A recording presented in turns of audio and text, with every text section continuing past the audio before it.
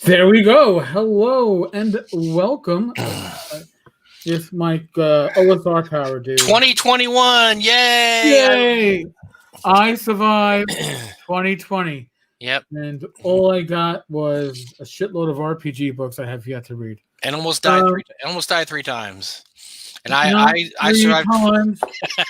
I survived 2020 and I gained 20 pounds. Yeah, boo. Not good. Geez. Not good. No. Not good. We gotta have you around for a nice long time. Yeah. Well, I got a plan. My wife and I talked about it tonight. We got a plan going because let's just say I don't want to get too crazy, but I got to lose 20 pounds to get to 300. That's not good. That's very bad. So just to get down to 300 pounds, I got to lose 20 pounds though, because I'd gained 20 pounds this year. I was flirting with 300 pounds before the COVID, and I didn't just flirt. I basically made full blown love to 300, and so that's why I'm at 320. I didn't just flirt at that point. I stopped flirting and just went full bangaroni. You embraced it? Well, yeah, I embraced it, and we made love with hamburgers and takeout food all year long, and here I am sitting at 320. So. Well, I hit 293 in May, but I will say at least that was 60 pounds of water. Yes, and I wasn't pregnant. I didn't pop out a kid. But that you know of. Yeah.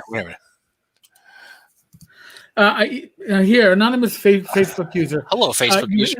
You have to give Facebook either permission to share who you are, or you're gonna have to type at the end of your comment who you are, or view using YouTube, and we don't have that issue.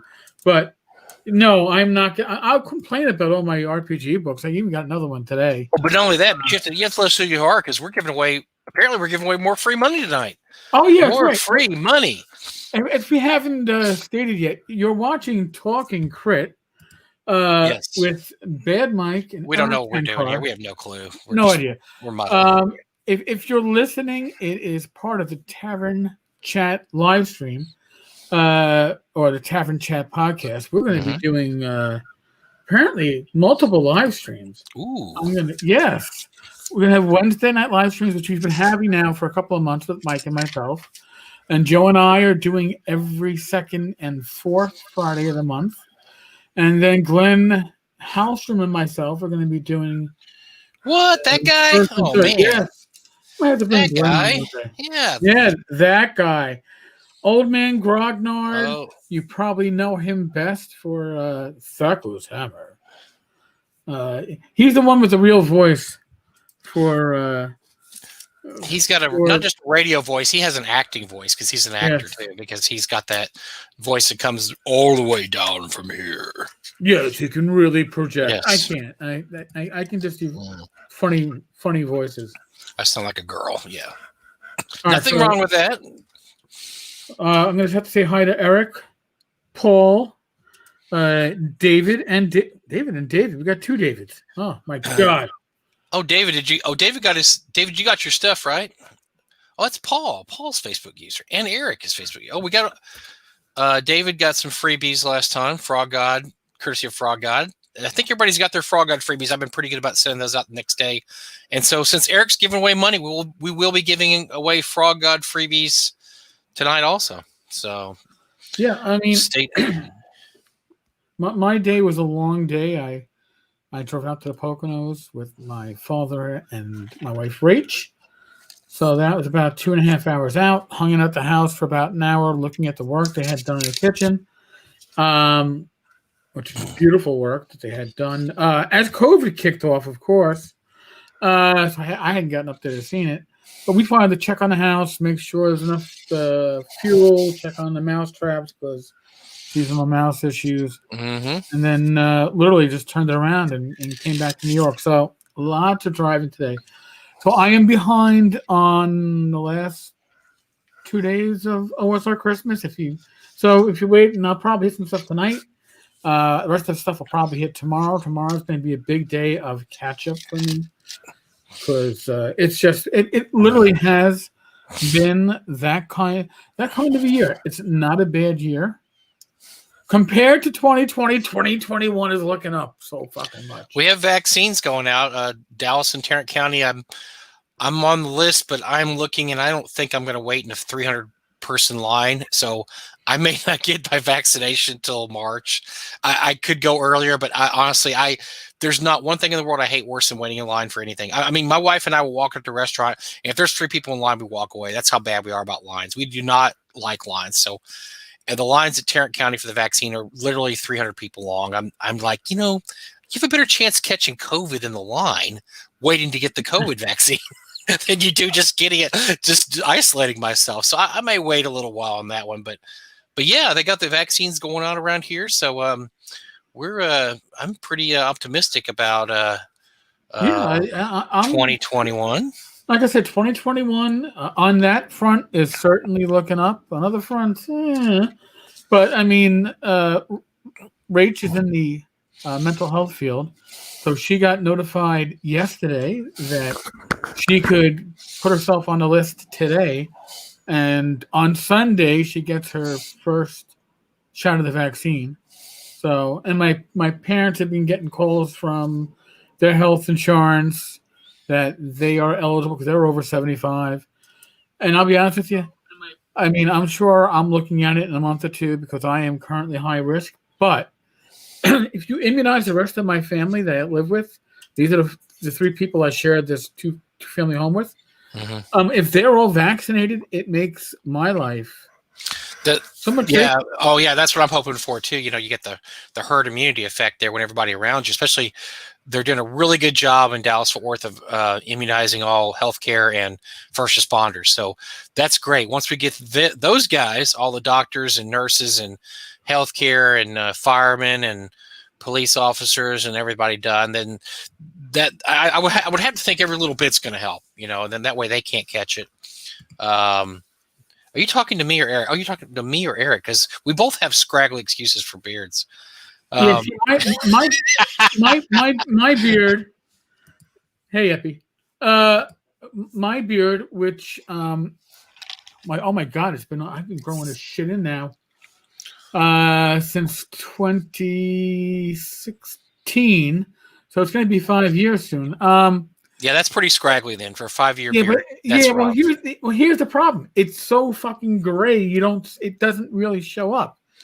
My hair, when I cut my hair, it comes out and just like it looks like it has color now, but it comes out and it's just my beard has density. Look at it this way. I'm a little older than you. Just look at everything that happens to me and realize that's your destiny in about 2 to 3 years. Because same thing happened. All the gray, boom, look at this thing. This turned gray the last 5 years. This is all gray up here. It's but it doesn't look gray when it's on my head as much as when you cut it, and then it just. But yeah, I wanted to grow the man ponytail. That was my goal, and I tried it for like 6 months when I retired. Yeah, and then I realized that I was just looking like only marginally better than the man bun. Yeah, I was looking like an unkempt hippie, and New York has enough of a homeless problem. They don't need you to be LARPing homeless. I didn't need to add to it. I mean, even with my hair not quite that unkempt, horrible, I was being offered senior discounts at Friendly when I was taking my niece. I didn't ask for mine. Dang it! I forgot to ask mine for tonight too. Schlotsky's has a senior discount. I absolutely forgot. So anyway, all personal aside, we're here talk gaming in 2021. I had thrown out a couple of topics, a couple of things I wanted to cover, and since we don't have a guest this week, although we are pretty firm on a guest next week, that I want to make sure we're 100% firm on before we announce it. Well, here we can just say in the future we are sure you will see X and maybe Y. Oh, sure. Okay. Well, we do have Skeeter Green on the schedule, and he has said he can't wait to come on our show. Skeeter's awesome dude.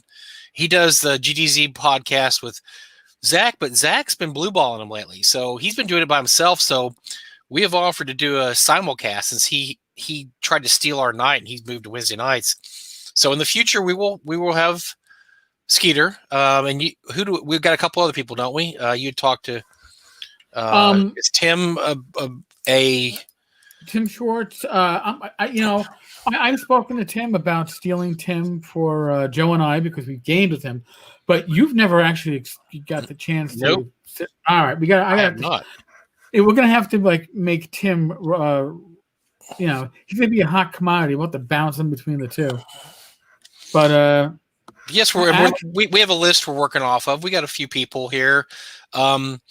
If anybody wants to see somebody, let us know, because if you just go the people that Eric and I know, we can hit a ton of people. But these are people that we know. We would like, if you want to get us out of we talked last year about getting out of our comfort zone a little bit and having people that we don't personally know. And so, don't personally like Ken Whitman? No, and there's a couple of reasons. By the way, I'd love to have Ken on the show. It'd be hilarious for me. But it would actually, it would be. Because I would just go. So Ken, I'm still waiting for the FBI to show up at my house. Whatever happened to that? Did you misplace your imaginary FBI? Because I had my imaginary donuts and coffee waiting for them, and they just never showed up. See, this is an attempt to draw you off sides, and it works because all you have to do is mention the devil's name, and he appears. So Facebook user random guys, hello Sean, you succeeded. You drew Eric off sides by just throwing out the Ken's name. So congratulations, good job. Yeah. But I'm sorry, I didn't mean to interrupt you. I was just saying we have an expanded ensemble that we're working on. Yeah, we have a lot of. I'd love to be on your show, but not a commitment as to exactly when. We do. Or we have people that we know we've spoken to in the past before we had the show, and they were always like, "Oh, I love doing podcasts. I'd love to be on. If you guys," and we know that we can have them, but the whole thing is hitting the time and saying, "All right, let's do this." And of course, we got to work for the TotalCon schedule because we're going to have 4 nights. That's the last week in February. I think last weekend. Second to last. Second to last. I'm sorry. So look at my calendar here. I have a calendar this year. Yes, you're right. Second to last weekend. We're definitely. So I'm on the TotalCon website, and the only guests so far are Frog God Games people: Matt Finch, Zach Glazer, Bill Webb. So we may be Frog God all the time. No, certainly there'll be more guests by then. But yes, those are all people we can definitely have. Zach Glazer's attention whore. He'll come on here whenever. Of course, we'd love to talk to Matt or Bill if they want to come on too. But yeah, we're going to try to do. Hopefully, we'll be able to expand a little more. Hopefully, TotalCon's guest list will expand in the next month, and we'll be able to pick from some more people. But we have a list. That's one thing about going to cons like Eric and I have the last few years, and just being involved in me running a con is you do run it. You do meet all these people, and they kind. Yeah, and so that's great because you become pals with some of them. And you're like, hey, I can count on you to come on the show. Like, yeah, no problem. And so some of them better than others. Obviously, some become some are just people you shake hands with and say hi to at cons, and then other people you actually talk to off the air. And I mean, it's just funny because I give a million examples, but I can call up Alan Hammock now and talk to him. I mean, right? Can you imagine telling me that in 1980? Like, yo. You know what? You'll be able just to be on a first name basis with Alan. Alan, just call Al up and just talk about something. I mean, that's just nuts. That's nuts. But yeah, that's how luckily we have these connections now, so we could get some of these people on. Which, by the way, Mr. Hammock, I'm hoping we can get him on. He's an absolute hoot.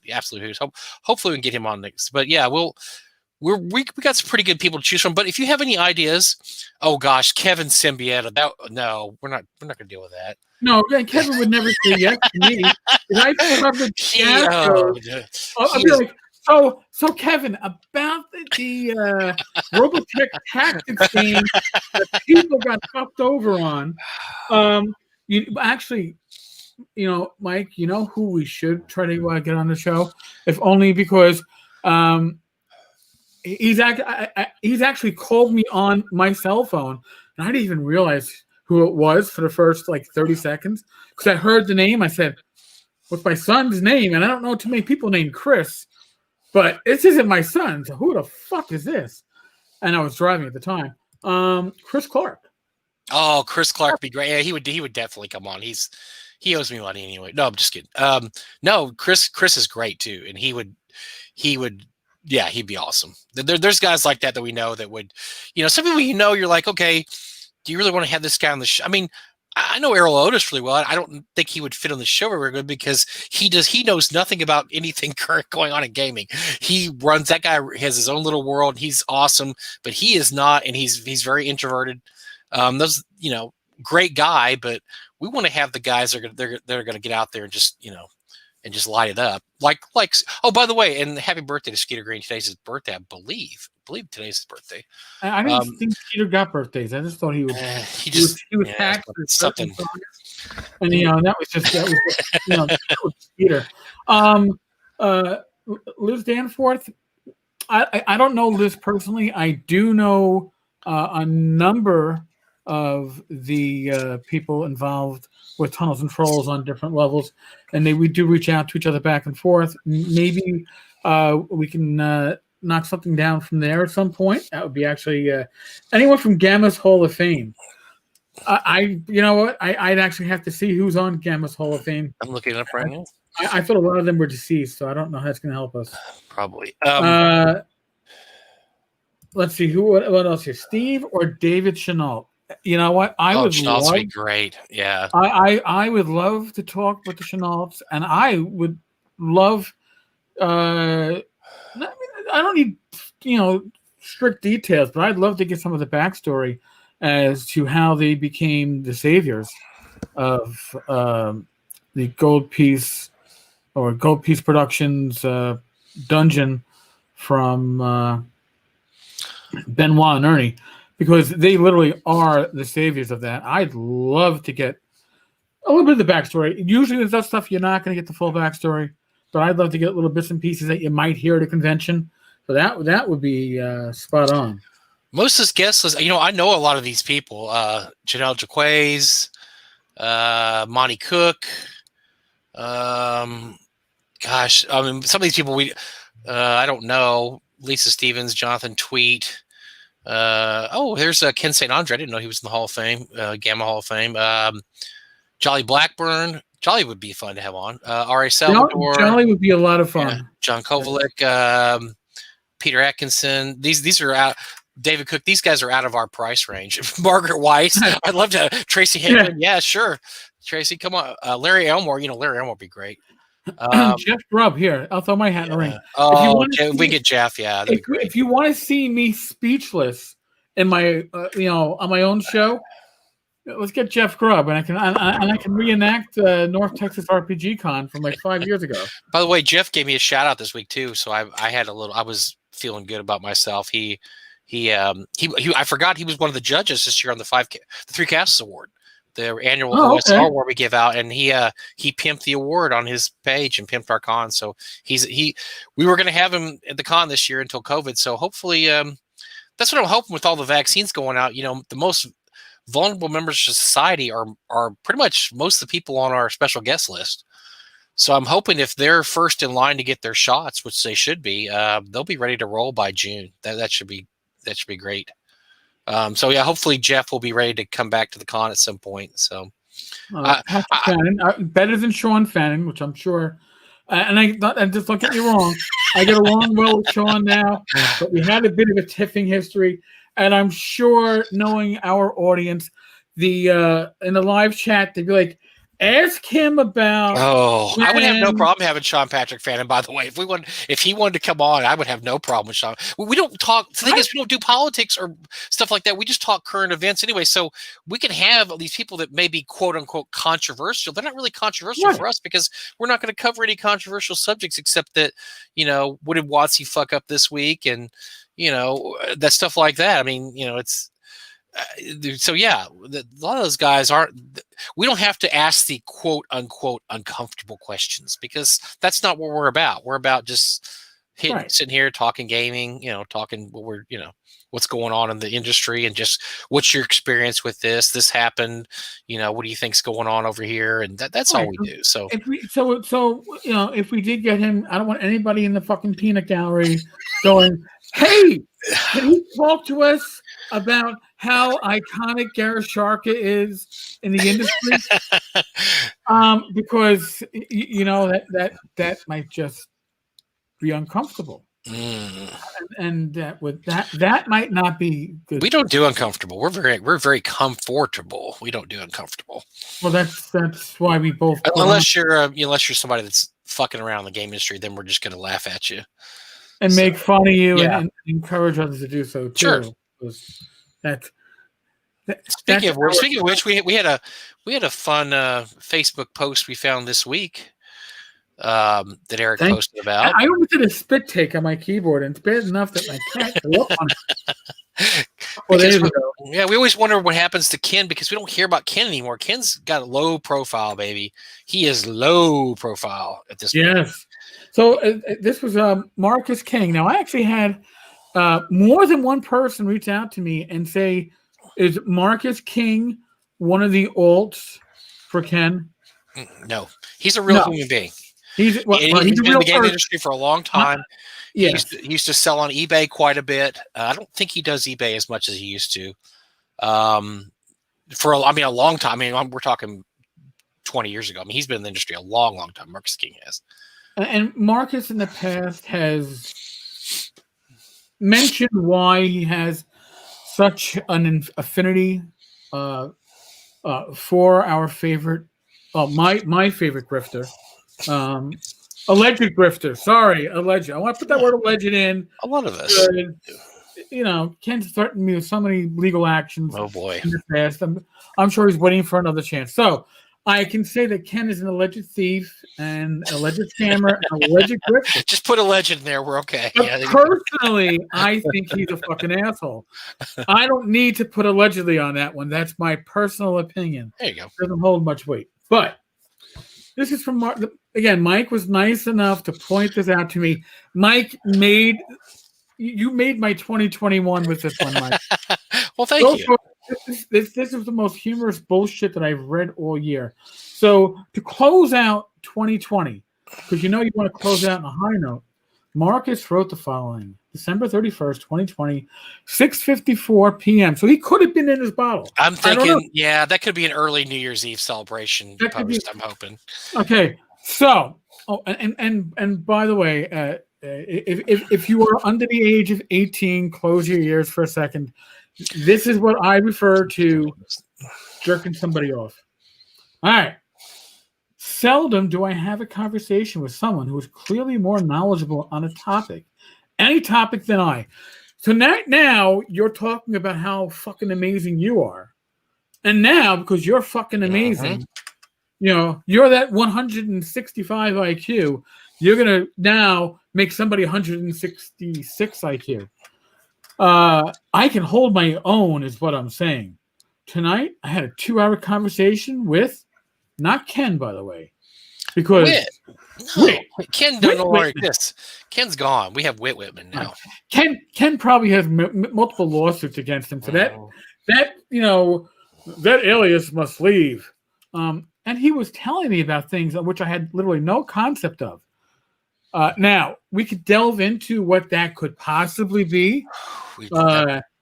Scamming on Kickstarters, possibly, could be a topic that could have come up.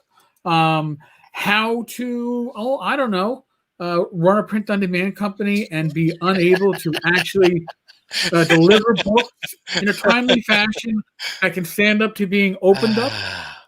How to allegedly have a license for a collectible card game that may or may not have been built on a franchise that is Scottish in nature, with immortals with swords, and print your own rares. Mm-hmm. You have the license, but you print your own rares. Sure. So now you can sell the rares in the secondary market because you're making as many rares as you want. You didn't put them in packs, right? Not saying that's what happened. I'm just saying I have heard such stories, so it is alleged. But I was impressed with his immersive knowledge and vision. Now, if you are not scared right now, I'm scared. Okay? Now I'm going to turn like Mario. I'm scared when he says immersive knowledge and vision, because that means, to my eyes, that Ken has a new project that he plans on coming up with. Mm-hmm. And Uh, he pitched it to Marcus, and Marcus said, "That's the most amazing idea I've ever heard of. That'll work, Wit." yeah. Ken Oh, by the way, slash- just so you all know, when Ken made the I guess when Ken made the claim, he didn't even. When Ken said, not necessarily under oath, but on his Kickstarter page, said, "Hey, I'm cranking out pencils. Literally, I got a pencil press. Didn't know they made those, but he had a pencil press to press in the dice numbers on his pencils." And Marcus was like, "Yes, I bought it for him so he can fulfill his Kickstarter." Nobody got those fucking pencils. But in any case, Marcus says, "I gained IQ points from this conversation. Not since maybe grade school did I learn so much in one day." So apparently, Marcus has not done much learning since 6th grade. Maybe he did not progress on to high school. Maybe he did not go on to, I don't know, finishing his primary education. Damn, dude, thanks for the schooling. And of course, my favorite part of this whole thing, no Whitman bashing on my wall. Thanks for being my friend, dude. Holy shit. What a wank fest, man. What a... Oh, my God. I'm sorry, but you can't... I mean, it's bad enough when Ken tells stories about himself to make himself look great and amazing. And then how he ran Gen Con and how Gen Con is the success it is now because of Ken's amazing work back in the aughts. But no, Ken, I don't think that was you. Yep. So I've been neglecting the comments, by the way. I don't, Marcus said, this kind of thing. I just roll my eyes because this is, it's usually it's the look. It's just business as usual for everybody involved. And this kind of thing I look at, laugh at, and scroll on. It just doesn't even affect me anymore because I'm like, Ken's delusional if he thinks he's ever going to get a foot back in this industry again. Marcus is delusional if he thinks that, he's going to help Ken ever again. I don't know. I mean, unless he's auctioning off stuff on Marcus's auctions, he's not going to get back in this industry unless it's even if an alias, the guy's not get back in the industry. Everybody knows what he looks like and who he is at this point. He's not sneaking back in. So he's too big to sneak back in. That's the thing. Yeah. Ken's a big fucking guy. Now, the recent brouhaha over Ken was Ken announcing that he miraculously found the missing footage for the Knights at the Dinner Table live action series, and he was looking for Jolly and Company at Kenzer to renew his license, to give him a new license to produce the Knights at the Dinner Table live action series, so he could deliver the package that he promised. Now, I'm going to spitball this. I'm going to make a hypothetical, but follow me here. Hypothetically, Ken has never promised to do anything that wasn't going to benefit him. So if he was going to be doing this project, you can be damn well sure he planned on making new money off it because all the old money was pissed away. But he'd already claimed in court that it went up in smoke or flames when his friend's barn burned down when a cow knocked over the lantern. Oh wait, that was Chicago. But in any case, I venture off too far. But so Ken claimed that he had the video. Well, apparently, my understanding is he did not find the high quality video. He found the low quality. I'm editing shit on my iPad, version. So he did not find anything that Jolly and Co. didn't already have. So I have not heard anything about Ken getting a license. So who knows what this new alleged scam is going to be? I don't. Bob, what did you miss? Look, honestly, I'm ranting about Ken Whitman. At this point, I mean, Ken's done something I could never do. He's been in a few TV shows as a background actor because he's a big mean looking dude. Why not just roll with that? You could work for a long time being the big mean dude in the back of any number of TV shows. Just do that. Stay away from gaming industry. We don't want you back. You can't get back anyway. I mean, just go off and be the big mean dude in the back of NCIS and Law and Order, whatever. And the non-speaking roles, of course. That's all he's ever had, and just do that. And, collect a few bucks here and there, and that would be a perfectly good career. He was the security guard suit in the MacGyver reboot, one of the episodes. See, there you go. That gets teased and put down, which I hate to say. That's something you and I are never going to do. That that's something he's done that we're never going to do. We're never going to be background in a major network show. So just go do that. Go. That seems like something you'd be good at. Go do that. Go be in the background of Walking Dead. I don't know what else he did. He did a couple of little cameo things. Go do that and just wander around Hollywood for a while, and maybe somebody will see you and you'll be the background of Eddie Murphy movie or something. You'll be standing there looking mean, Maybe talking. That's your talent. That seems to be your talent. That's a great, that's more than I could ever do because I don't ever want to do that. So you can do that. I don't have the size or the gravitas to do that. And then maybe you can scam somebody in Hollywood. Hollywood is filled with really stupid people. One of my best friends that I grew up with is an attorney, and he lives in LA. And every once in a while when he comes back in town, he tells me the stories about how absolutely moronic most actors are and actresses. We're talking, 80 IQ at the, some are smart. Now, we're not saying all actors are stupid, but a lot of them are really, really stupid. You could get hooked on with one of those. Maybe get a security detail job or, you never know. You never know. My youngest brother worked at a cigar company called Lone Wolf Cigars that was owned by Jim Belushi and Chuck Norris and another actor I can't remember. And they're perfectly great guys, but the people they had working for them were basically one level above Ken Whitman in terms of being scammers and sleazy human beings. One level above, is that one level worse? Well, they would wear a suit. Yeah. Well, no, they were like they would like they were a little better.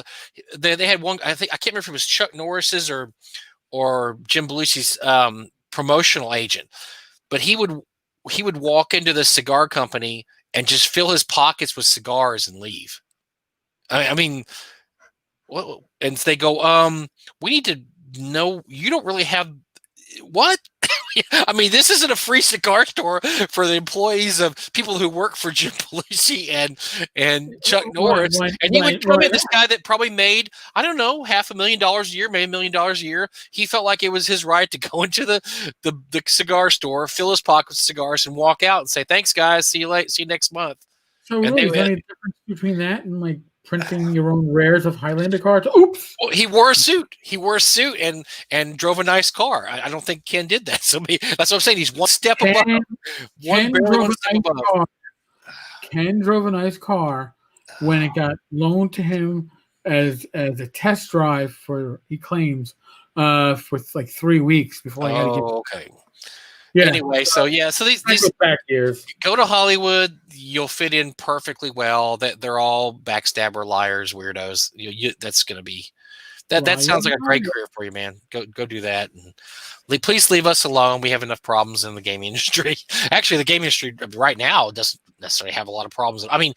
The worst problems we have are WotC doing dumb things. If that's the worst the gaming industry got right now, hey, that's not too bad. And I think WotC is kind of learning that their best way to not fuck things up is to keep their mouths shut. And just... Well, it's the holidays. Not a lot's going on over the holidays. We're looking at. It's going to be an interesting year because you're looking for a soft reopen of most conventions, and I think they're being very cautious about what conventions they're going to appear at, what they're going to run games at or tournaments at. So they're being real quiet right now. They probably got a lot of plans. I'm sure they have tons of plans for 2021. But a lot of these companies, they use conventions. This is how they promote their work. And without any conventions in 2020, it was tough for companies, even a company as big as WotC, to really, get a lot of buzz going for a lot of their stuff. Yeah. And so I think that it's really a big deal to these companies when conventions come back, because that's when you start talking about stuff. That's when you start playing the games. That's when they start getting feedback about their games. That's when you're able to, I mean, Eric's been to conventions like me a lot. You can get a lot of feel for what's going on by just walking a convention floor and seeing what's selling out, what people are talking about. I mean, just walk in the convention, the floor in the vendor room, and just talk to the different people. You'll figure out what's. I mean, that's how we first knew that Pathfinder 2.0 was a disaster because that Starfinder. Starfinder even before that, yeah. Yeah, Starfinder before that, you heard people going, I opened this book up and what? This is not what I feel like I didn't say robbed, they didn't say gypped, but they did not feel like they were getting the value that they expected from it. And I think that covered over to Pathfinder 2. And the same thing, we have Pathfinder 2.0. We were at GaryCon the year they did the test. The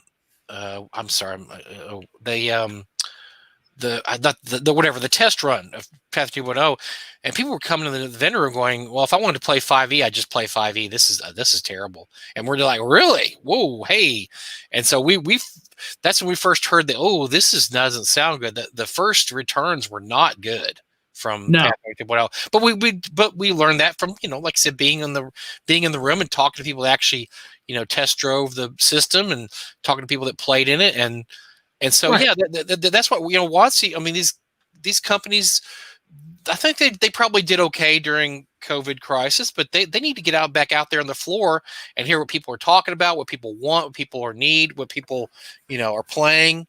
They're very happy to see these conventions come back. And I think as the year goes on, we'll hear a lot more from WotC once they start getting a feel for, is Gen Con going to happen or not? Is Origins going to happen?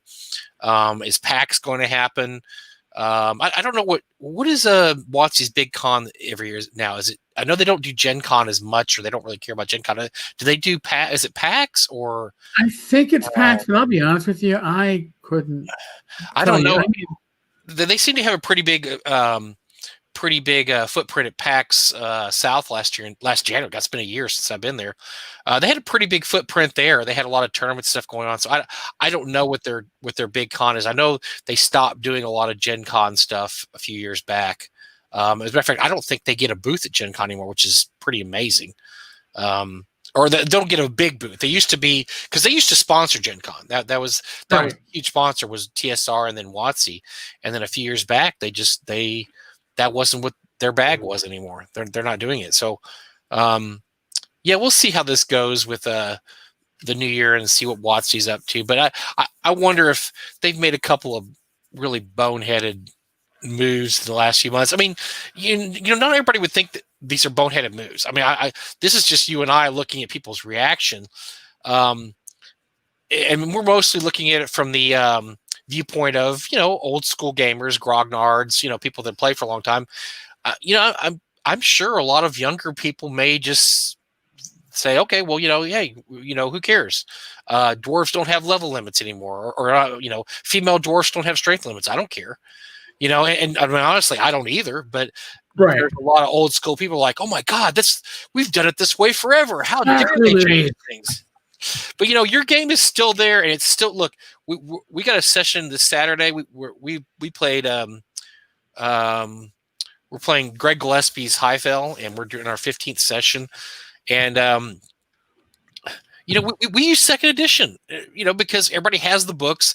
That's what we used to play years ago. We have all the books. So we're just like, let's just play this. It's easy enough. It's a very easy version to learn if somebody just wants to drop in. It's basically first edition dumbed down. I mean, pretty much. If it ain't broke, don't fix it. So we don't care what they do with 3.0 or 4.0 or 5.0, whatever. It doesn't affect us. And our game hasn't changed. 2.0 hasn't changed. 1.0 hasn't changed. Third edition hasn't changed. None of these games have changed. The only thing that's changing is fifth edition. Yes, if you're an old school guy playing fifth edition and you like the way things used to be, I can understand why you might be upset if, fifth edition starts changing up some of the basic tenets of the game. But anybody else, if you're upset about it, I don't get it. I mean, yeah, and even that, it really, I guess, and I'll be honest with you, it should only upset you if you are stuck playing organized play. If you're playing games at your own table and Wizards of the Coast says, all right, well, orcs can now be lawful good, and that orc tribe there could, they're farmers now. God, I'm sounding like an old SNL player. They're farmers now. All right, picture that. They farm, they no longer hunt, and they're vegetarians. If that's what Wizards of the Coast is saying now, and you're running at your own table, you can get them the big FU. It doesn't matter.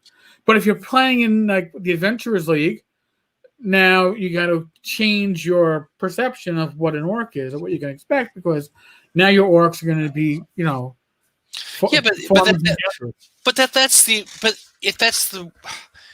but then that's your problem. If you're playing, then you don't play. Then if you don't like it, don't play in the Adventures League, or write them an ugly letter and say, I'm not playing in the Adventures League because of this. It shouldn't affect anybody playing any earlier edition of the game. And it just always blows my mind. I know I lose all my grognard cred when I say stuff like this, but it blows my mind when these old school guys get all bent out of shape about the latest WotC weird mention. I mean, it shouldn't affect your game one bit. Anything before 4th edition, it's not going to affect your game, because and even if you play 5th edition, unless you play Adventure League, it's still not going to affect your game, because your home game is your home game. The WotC police are not going to kick down your door and take your books and throw you in against the wall and cuff you and search you. Because I used to have this joke. We know some good lawyers. So. When 3rd edition came out 20 years ago, God, it's been 21 years ago. I remember online, this is, back in the fledgling online days when they had AOL forums and stuff, people would get on there and just rant and how dare they change our game, and how dare they and I said the same thing. The TSR police or WotC police are not going to come kick your door down and steal your 2nd edition and 1st edition books and say, here's the way you have to play now, and throw down a 3rd edition book. They're not going to, because so you do what you want in your own game, and don't worry about everybody else. Don't worry about their games. If they want to play the way they want to play, I've almost gotten a knockdown, drag out fight with a grognard because I casually mentioned at a convention that we don't use level limits for demi-humans, and we haven't since like 1985. I don't know. Right. And this was just the most egregious crime this guy had ever heard. Like, oh my God, well, that's the way Gary wrote it, and it's for play balance. I said, in all the years I've had it, I haven't had one single player sit down and said, oh, I'm going to play a dwarf because all the play balance, because I've had people play human. Well, nobody will ever play a human if you do that. I've had plenty of people play humans the last 25 years or 30 years of my campaigns. You play what you want to play. You don't, if you're sitting there min-maxing numbers and stats, that's your problem. That's not my problem. That's your issue. Let's talk about the elephant in the room, though. How many campaigns legitimately got past 7th or 8th level anyway? Legitimately. No, I'm not talking about the campaigns where you said, all right, well, next campaign, because this is taking too long, every session you go up 1 level. All right, you know what? You're going to see name level characters in that situation. But if you're counting Expo, if you're counting the Expo and you're following the DMG, and you're awarding XP along Gary's way, which was, unless you're perfectly playing your alignment and everything else, you're basically getting your XP cut. There's no fucking way that anybody's walking out. Remember, your XP is coming from gold and treasure, and unless you have like infinite bags of holding, you're not bringing out that treasure enough to the point where. Right. So usually campaigns either died from one of two things: a TPK or under the weight of Monty Hallism. That's my experience. I don't know. Or just, like I've had all the years I've been playing since 1978. We had the original character campaign, the original characters we had, they got to be about 15th level. But we played that campaign on and off for probably almost 20 years. I had another campaign, an Undermountain campaign that lasted about 2.5 years straight through. Those characters got really high level. I want to say there was one more campaign we ran where characters got pretty high level, but you're right. Every other campaign usually dies of attrition. It's usually not a big deal. It's because people don't show up one week. I had an online campaign that ran for 2 years, and we religiously met every weekend. And then something happened, and we missed one weekend, and then one of the members got sick, and he couldn't play, and it just kind of snowballed. And next thing you know, it was like, oh, we've been playing for 2 years online, and we're not playing anymore. That's usually what happens. You don't get to high level. You don't get to super high level most of the time. And it's just, you're right, because the sweet spot of this game is on. I mean, I love low level adventure. I think that's the sweet. To me, my favorite adventures as a DM and a player are levels 1 through 3, 1 through 5. The sweet spot is probably levels maybe 3 through 7, 3 through 9. But past 9th level, you're right. It's really tough to get, if you're playing old school methods, it's really tough to get the XP to go up enough levels. And plus, at that point, the game does not scale very well. I'm sorry, it does not. It does not scale. And wizards become extremely powerful after about 12th level. Once they start getting, 5th and 6th level spells, they become extremely powerful. And fighters can't really keep up. I mean, fighters yes, they're powerful, but they can't keep up with mages. They're hit point buffers is what they are. Yeah, and so it doesn't scale well for higher levels, and then you end up having to do kind of what TSR did with the Immortals rules and the Masters rules and stuff. You have to, okay, you're going to be fighting gods now, or you're basically becoming a demigod because you can't go adventure in a dungeon anymore. There's too many things in a mage's bag of tricks to do any kind of conventional dungeoning. I went with a guy. I knew a guy that ventured, and whenever he did a tournament, he always asked if Pass Wall was a spell he could get. Because Pass Wall is the biggest cheat spell of all time. Yes. He knew it. And so he'd get 5 Pass Walls. And the guys, what are you doing? Like, you just wait and see. And sure enough, they'd run an encounter like, well, you can't get past this door. Pass wall, pass wall, pass wall, pass wall. Boom. We're in the room. Whoa, I got to check in my notes and see if that's allowed. Unless they specifically said spells don't work on the wall. So yes. Right. A lot of times they would have to say that. Yes. Oh, this is certain spells just don't work here. Right, and that's you got to talk about the exceptions, which is basically a cheat. It's a cheat. You're saying, okay, because I always like those. Ed Greenwood always used to do this. He would write a dungeon that, okay, well, you can't turn this undead because they're wearing this certain necklace. I'm like, well, if all the undead in this dungeon wear a certain necklace, then why not every undead in the world? Because apparently it's really easy to make. Because if you're hanging on skeletons and zombies, so that's kind of a cheat. Yes, you can't turn undead in here because the evil is too powerful in here. Like, well, okay, well, why does that just happen everywhere? I mean, evil's pretty powerful everywhere. Or it is. Yeah, David said something earlier I wanted to get to. He said, so we can talk about this. I think the problem with WotC making these changes is that it sets the standard for future D&D players. I don't disagree with that. But once again, that still shouldn't affect your game if you're playing 2E or 1E. And if somebody comes from 5E to 2E and they say, and you, okay, well, we got this as this. Well, whoa, hold on. That's not how WotC does it now. You still have the power over your own campaign. I mean, your own campaign is your god over your own world. I mean, that's every dungeon master's dream, right? This is my world. This is what happened. If you say that, for instance, in my world, all elves are extremely warlike. They don't believe in art or poetry or singing. They build weapons. They build swords. They're engaged in this lifelong battle against barbarians to the north. And so they're constantly at war. So that's what I've decided my elves are. So if you come in and say, well, my elf, no. I don't like that. My elves, he wants to dance around the forest and sing poetry and this and that. Well, you know what's going to happen? Next time he runs to a group of elves, they're going to beat the shit out of him and say, hey, pansy, what are you doing? We need to be fighting over here. What are you doing singing songs in the wood? So you make your own world. You create your own world. And so if somebody comes to your campaign from another campaign and says, well, this is the way WotC does it, you just stare at them and say, so? I mean, WotC, once again, the WotC police aren't showing up to make sure I play the way WotC wants me to play. So I understand that future gamers may think like that, but when they come to your world should be your world. And I know people have used the excuse in the past that, well, if I play it this way, nobody will play in my campaign. And I understand that because I've had people say that before, like, yeah, I really want to play this, but nobody will play like way. That's what's so great about online gaming, guys. You can find people online that will play anyway. and you'll find people play the exact way you want to play. So I understand that, David, but I don't, I don't think it's a huge problem. I think it's something yeah, it sucks that they feel like they have to add those kind of rules in there, but it still doesn't affect your campaign.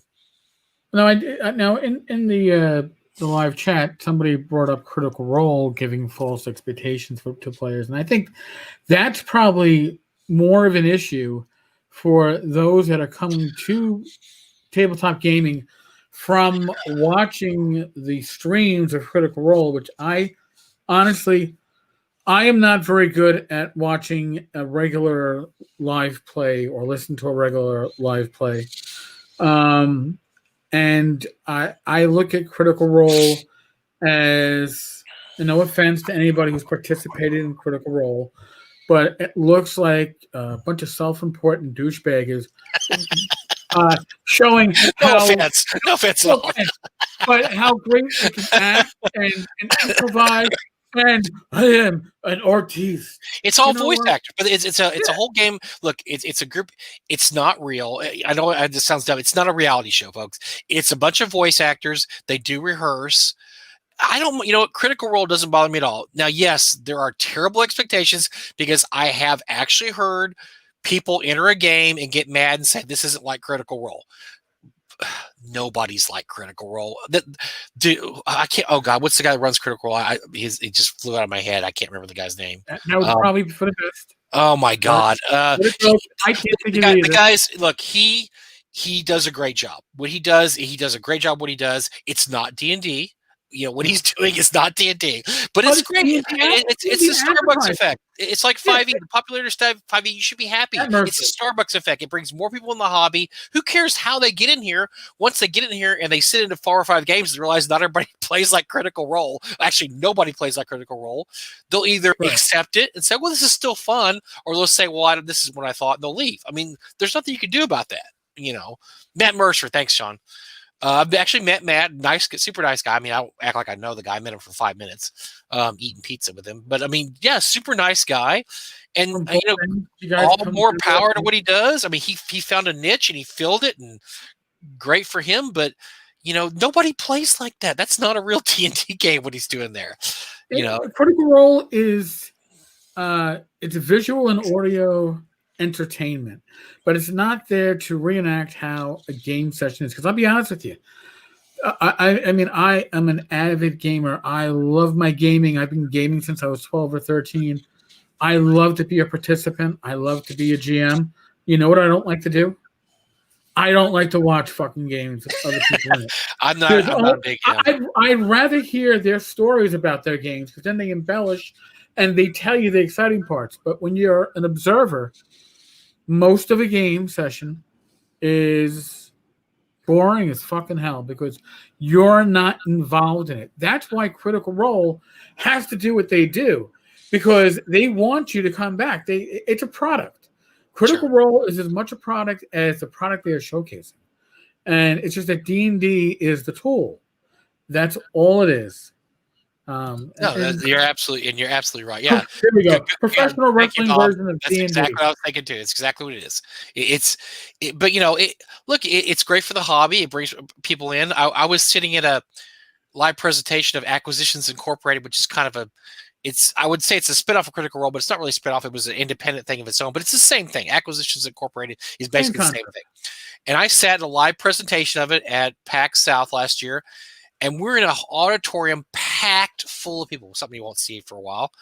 And everybody is raptly watching these guys play D&D as Jeremy Crawford's running the game. And it was entertaining as hell. It was funny. Everybody was laughing and the situations you get. I mean, yes, they rolled dice, but you could tell whatever they rolled didn't really matter. If it was a critical fail or if it was a critical success, everything was still going to go on the railroad, right? But it was, everybody was having a great time. What am I going to argue with that and get out there grouchy and bitchy like, well, that's not how a D&D game really is. Who cares? They were having a great time. It was fun. It was, like you said, it was very entertaining because let's face it, D&D has a lot of, so when I run my sessions once a month or Right. twice a month, the first thing I do is everybody gets in there and you get your character sheets. Okay, your character sheet's been updated. Okay, you're in town. What do you want to do when you're in town? So the first 30 minutes are boring as fuck. It's them going, okay, we're going to go to the apothecary. What potions does he have? I roll on the random chart. He has this, this, and this. Okay, I'll buy that.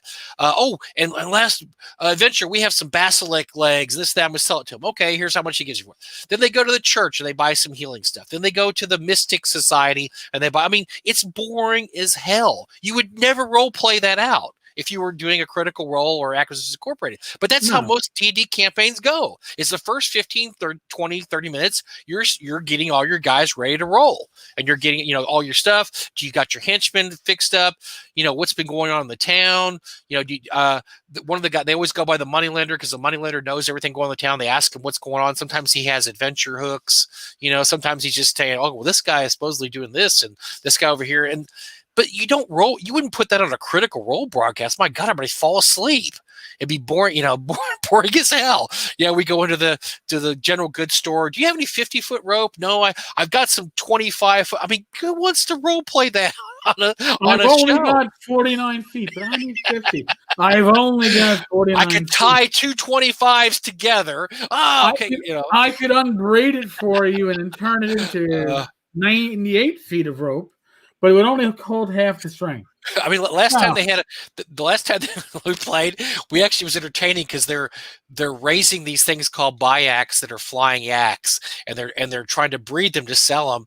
And they left these two guys in charge of it. They really don't know what they're doing, and they hadn't checked in with them for about 5 or 6 sessions. So I ran off that as a DM. It's like, oh, well, let's check in with those guys. Well, it turned out the money they've been spending on food and clothing and partying, and they haven't been spending any money on racing bayaks. But I said it's because they haven't been paying attention to the guys. And so we had a pretty funny 5-minute conversation with the guys as they well, we gave you 5,000 gold pieces. What'd you spend it on? Well, let me see. I bought some clothes, and then I got hookers and blow. Yeah, pretty much. That's what it was. Pretty much hookers and blow. They're like, oh my God, what do we do? So that was funny and entertaining. That would have been funny. But other than that, it's usually really boring. And it doesn't necessarily translate. Like Chocolate says, I don't get the appeal of watching other people play D&D. I'm with you on that. No, which is why when you're watching these shows, they're not really playing D&D. Exactly. They're telling a story. Right. Okay? It's the story that's the entertainment.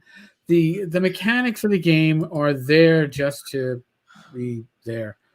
Tribal, thanks for joining us. Now, before we could delve on, we could rant about this for. Oh my God! But here, I want to touch on something because, according to N-World, this is a big thing. What are publishers doing for New Game Master Month? Now, it's New Game Master Month. Yahoo! Now, I never knew there was a New Game Master Month, so I went to newgamemastermonth.com, and since I often do this, I'm like, oh, well, let me check out the Alexa ranking. No data. 17 sites linking in. No data. Well, what 17 sites can be linking in besides N-World? How about the publishers that they say choose your game from? And obviously, I guess Pathfinder and D&D are not listed. Numenera, Unknown Armies, Trail of Cthulhu. Oh, why have they not listed D&D and Pathfinder? I don't understand. Because these are the ones that must be sponsoring. Delta Green. I got you. Monster of the Week. Now, again, this gets a full-blown article where what from N-World, and I'm not just picking N-World. I am picking on N-World, but we're not picking on that. Really. I'm just like, what are Monty Cook Games, Chaosium, Evil Hat, Pelgrim, Atlas Games, and Arc Dream doing for a New Game Master Month? I'm like, I've never heard of New Game Master Month. I've heard of DM Month. I've heard of New Game Master Month. I asked each of these companies how they supporting new GMs in the first major RPG event of 2021. How can it be a major event of 2021 if this is a new event? It's a brand new event. Gotta hype it, baby. Hype machine. Gotta throw that. And not only that, it sounds, what you're telling me, it sounds like basically a paid for commercial. for these companies. No, but it couldn't be, because you do realize that Emerald does not do articles that are paid for advertising. Sure, they don't. Okay, yeah, That would be wrong. Now, I'm not saying they didn't do it in the past, but that was under Chris Hunt, and he apparently did. So you're saying Morris? Well, Morris doesn't do Emerald anymore, does he? Somebody else. No, Morris is still in charge of Emerald. So they don't do pay to play anymore. Is what you're telling me. Right, and I will certainly now. Not that they don't do things like, we're gonna ask you to vote on the top 20 podcasts of the year, and then include their own fucking podcast in the list of podcasts that you can vote on. Because if I said, "Hey, Tenkar's Tavern is going to have the community vote on the most popular podcast of the year," and I've got Tavern Chat listed, what do you think my community is going to go? Gee, I think that's probably one of the most popular podcasts. Talking Crit, man. But that being said, N-World turned 20 at the beginning of the year. And I got to give congratulations to Morris. Listen, myself and Morris have rarely seen eye to eye. I mean, thanks, Bruce. One of my better friends in the hobby, Joe the Lawyer, is the only person I know of that got banned from N-World for something he posted on his blog. That's thought police, man. That's big time thought police. Now, if Joe can get banned for something that he posted on his blog, then why did I never get banned for, I don't know, covering N-World's Kickstarter, which even Kickstarter admitted the Kickstarter violated every rule of Kickstarter. Yes. But they endorsed it and made it one of their staff picks. Right. Because they liked N-World. And you know what? N-World has done a great service for the community. And I will say, if you look at it now and you look at it, I don't know, 2 years ago, N-World now is better than N-World 2 years ago. Unlike the big purple dildo, they cleaned up their mess, I think. I'm with you. I can actually look at N-World now and read the articles and not feel like I'm personally attacked for being an old school gamer. Big purple dildo just is gone the opposite direction, and they are they're terrible. They're awful. With that dirty, priorly used.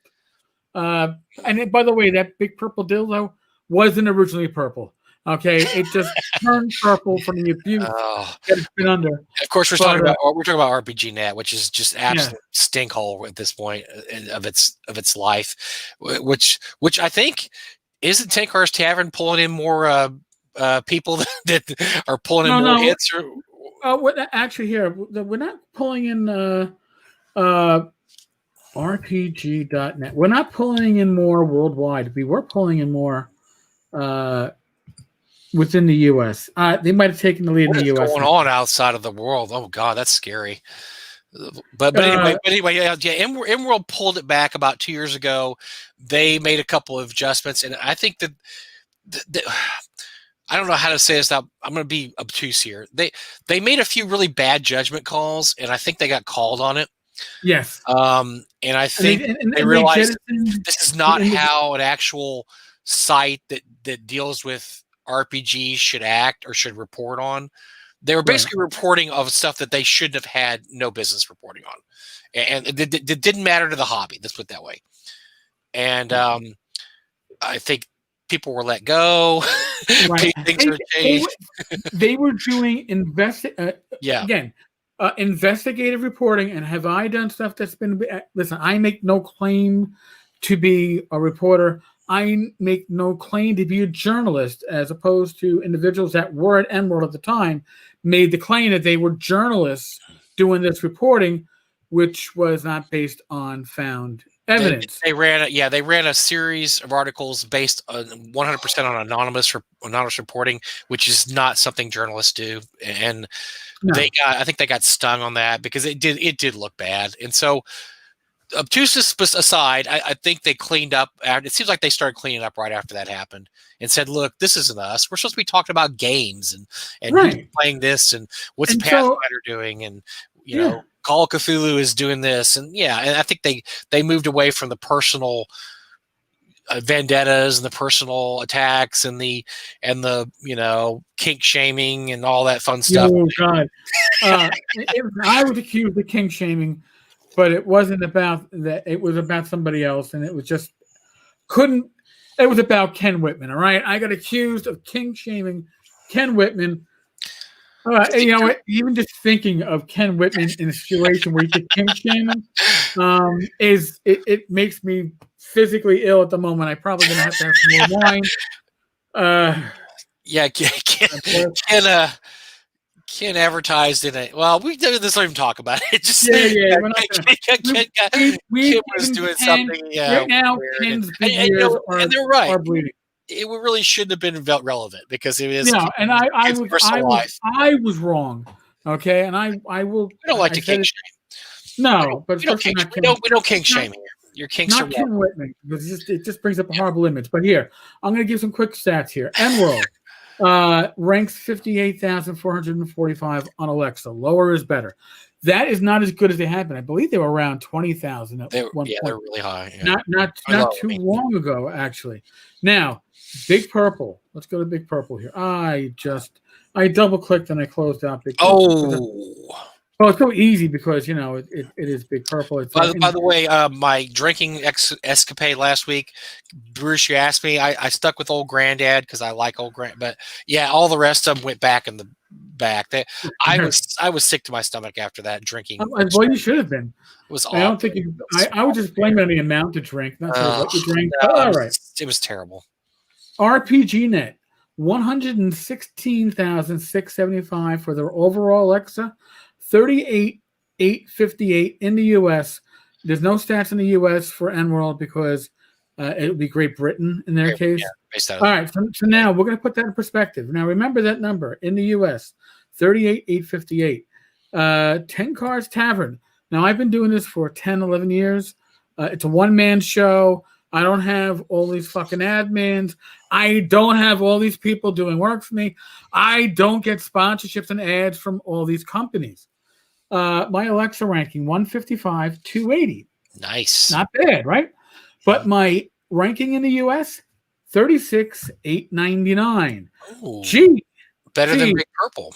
Interesting. 38, 858 for Big Purple. So I am doing better. Tenkar's Tavern is doing better in the Alexa ranking than RPG.net. And that blows my fucking... I'm going to tell a secret here. RPG.net is not a gaming site anymore. No, I know. It's not about gaming anymore. So that's why that's like so low anymore. It has about a couple hundred people that talk about the same thing over and over again and don't talk about gaming. And it's basically it's deteriorated. So here's a thread at Big Purple. It starts out, somebody says something, 4 people agree with them, then 5 people disagree with them, then they get in a big fight and the thread's shut down. That's every freaking thread there now. That's what it ends up being. And they have a fight. And they have a fight about the dumbest things you've ever dumbed about that you couldn't be dumber about. Yeah. They're not talking about gaming anymore. The gaming. So basically, it's Punter Grognard. Yeah. Say? Yeah. Okay. Older. Well, just a lot of other things. I mean, politics gets into it, and then somebody says, I like the new Star Wars game. How you like it? Then 5 posts later, somebody's talking about how Star Wars is sexist and misogynistic, and Darth Vader should be a woman, and then it gets a big fight, and then they shut the thread down. That's every thread in Big Purple now. Here's the interesting thing. Their Alexa ranking has gotten significantly worse since they upped the politics and lowered the gaming. And now, what's a shame is Shannon Appelkline, a lot of his updates on his projects are highlighted at RPG.net because he was one of the primaries. Right. I don't know what he does behind the scenes now. He's supposed to be in charge, but I don't think he does very much with it. I don't think he's very hands-on, but I've conversed with him online.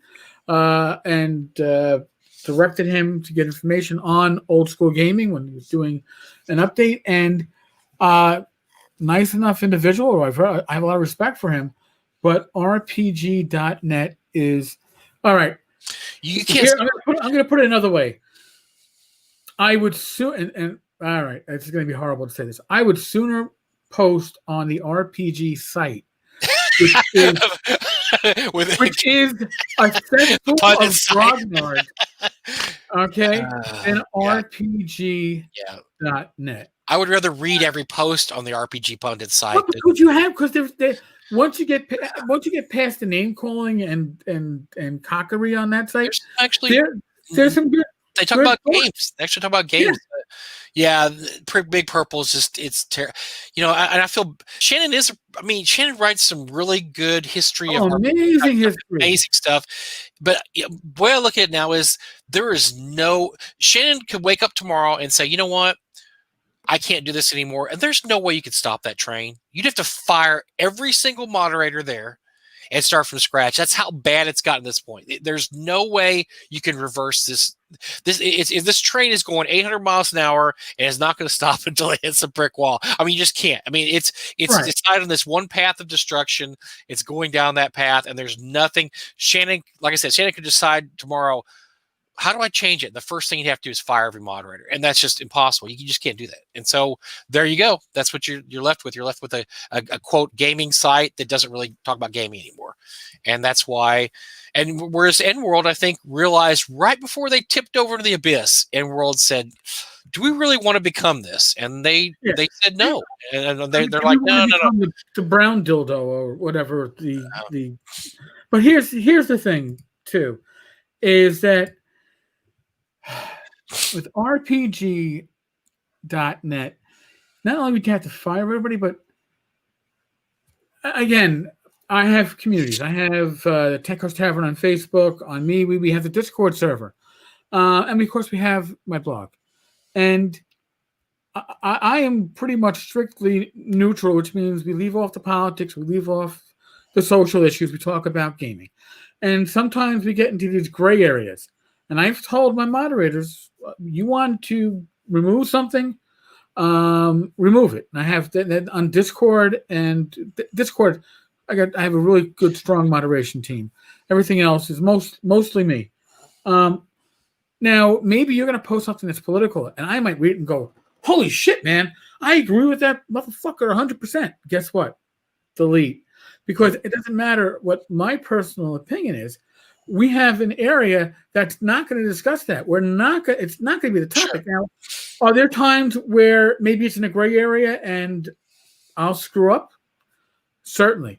I am the least perfect person that I know when it comes to this stuff. But I've been accused of why do you let people like the pundit post on your Facebook community? Well, I like to keep them on post approval whenever I can remember. It only lasts for a month. Then I got to reinstall it because the vast majority of what he shares is not only gamer appropriate, it is non-political. But when he delves into politics, it now becomes a shit show. Yeah. And for a while, he was getting better at realizing, oh, you know what? Tenkar is a bit of an ass. He's going to delete this because it's political. I just won't share it. But then things started slipping through, and it's like, oh, my God.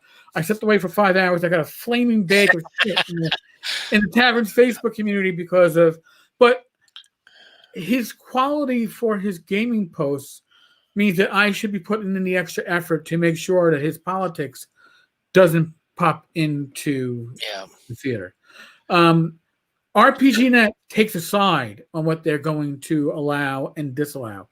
And there's two ways you can do it. Like I said, in my case, I just say no politics. But otherwise, if you're going to allow politics of this sort, you should be allowing politics of both. I could fix RPGNet. It would be a mess, though, because the day I took over, the next day I'd have a meeting. I'd have poured in do a Zoom meeting with every single moderator and say, here's the deal. Starting tomorrow, we're doing no politics. Any politics, you immediately delete the post, ban the poster. Whatever, week ban, 3-day ban, and then if they do it again, 30-day ban, then permanent. If you don't agree with this, then thanks for your help. and you're gone. And so that's it. You're gone tomorrow. Just tell me whether or not you agree with it, and that would fix it. But the problem is, I think you'd have 3/4 of your moderators, and so you'd be stuck with 1/4 of your moderators after that. But that's the way you fix it. You just say no politics at all, any side, any way, shape, or form. I'm going to be checking every once in a while to make sure you obey these rules. The funny part is, yes, every once in a while I have to go check Big Purple because of some reasons. Okay, so sometimes you get these threads and they ban the moderators, which is hilarious because the moderators can't even keep their own rules because they'll jump in and start reaming on somebody, and then another moderator has to come in and ban that moderator. It's the biggest clown show you've ever seen. So yes, that would be my thing. Is that look, and actually I know a guy who was a huge poster there and leans politically one way. I won't say. Leans politically left, which Big Purple does, and he got banned from the site because he disagreed with a policy they had about doxing. Which their policy was you can dox somebody as long as you don't agree with them and we don't like them. You can dox them. And he said, "Whoa, you should be able to dox anybody." And they said, "Oh, you believe that? Boom, you're out." Banned him off there. He'd been on the good poster for about 12 years and was banned because he doesn't believe in doxing the right people. So anyway, I'm glad, like I said, I'm glad InWorld pulled back from the abyss and they do that. And yes, they're I can actually go there now and I do too. I check out some news stories there every once in a while. And if I find a news story and I use them as a source, I link to them. By the way, Bruce has a very valid point. And he's talking about, I buy some of the pundit stuff the same way I buy Andy's stuff from FASA. I don't necessarily like Andy's mindset outside of game theory, but he writes really well. And that has always been my argument. It should matter. If that matters to you, if that's the number one thing that matters to you, and for a lot of people, that is the number one thing that matters to you, is that I buy games from somebody who absolutely agrees with me, then I feel bad. I feel sorry for you. You're going to miss out on a lot of good stuff. Yeah. And that's a fucking shame. Again, I've gotten flack because how dare I cover somebody's new Kickstarter because they are on a verboten list on one side of the political spectrum or the other. Right. I don't give a flying fuck. Are they producing quality material? Because I don't care about their politics. Politics does not define my life. I'm sorry. I'm not saying gaming defines my life. I would like to think that probably my marriage and my family define it more.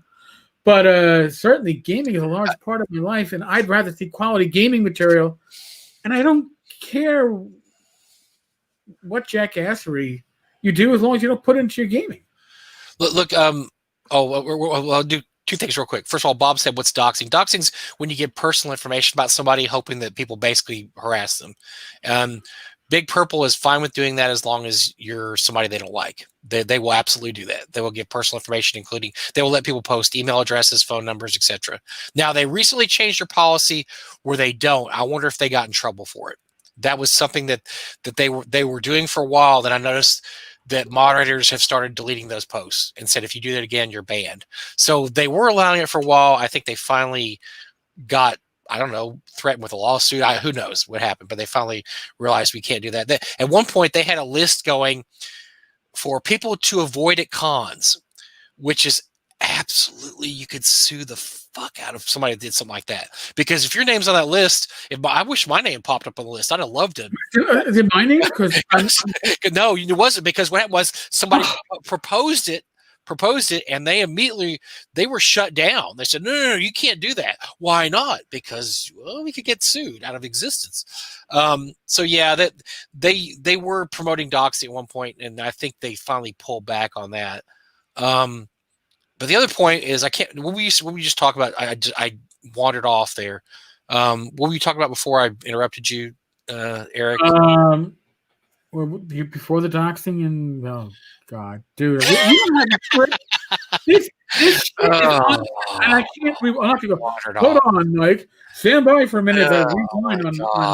I can't believe I had a point to make about something, and By the way, David, yes. Oh, I know what I was going to say. Yeah, I know what to say. But yeah. yeah, about the politics. So there's a game. So Call of Cthulhu. For those who know Call of Cthulhu, it's based on the works of H.P. Lovecraft, set in the 1920s. Well, that's when that's the most period setting. For those who don't know, H.P. Lovecraft he's a racist. Even for his time, he was a racist.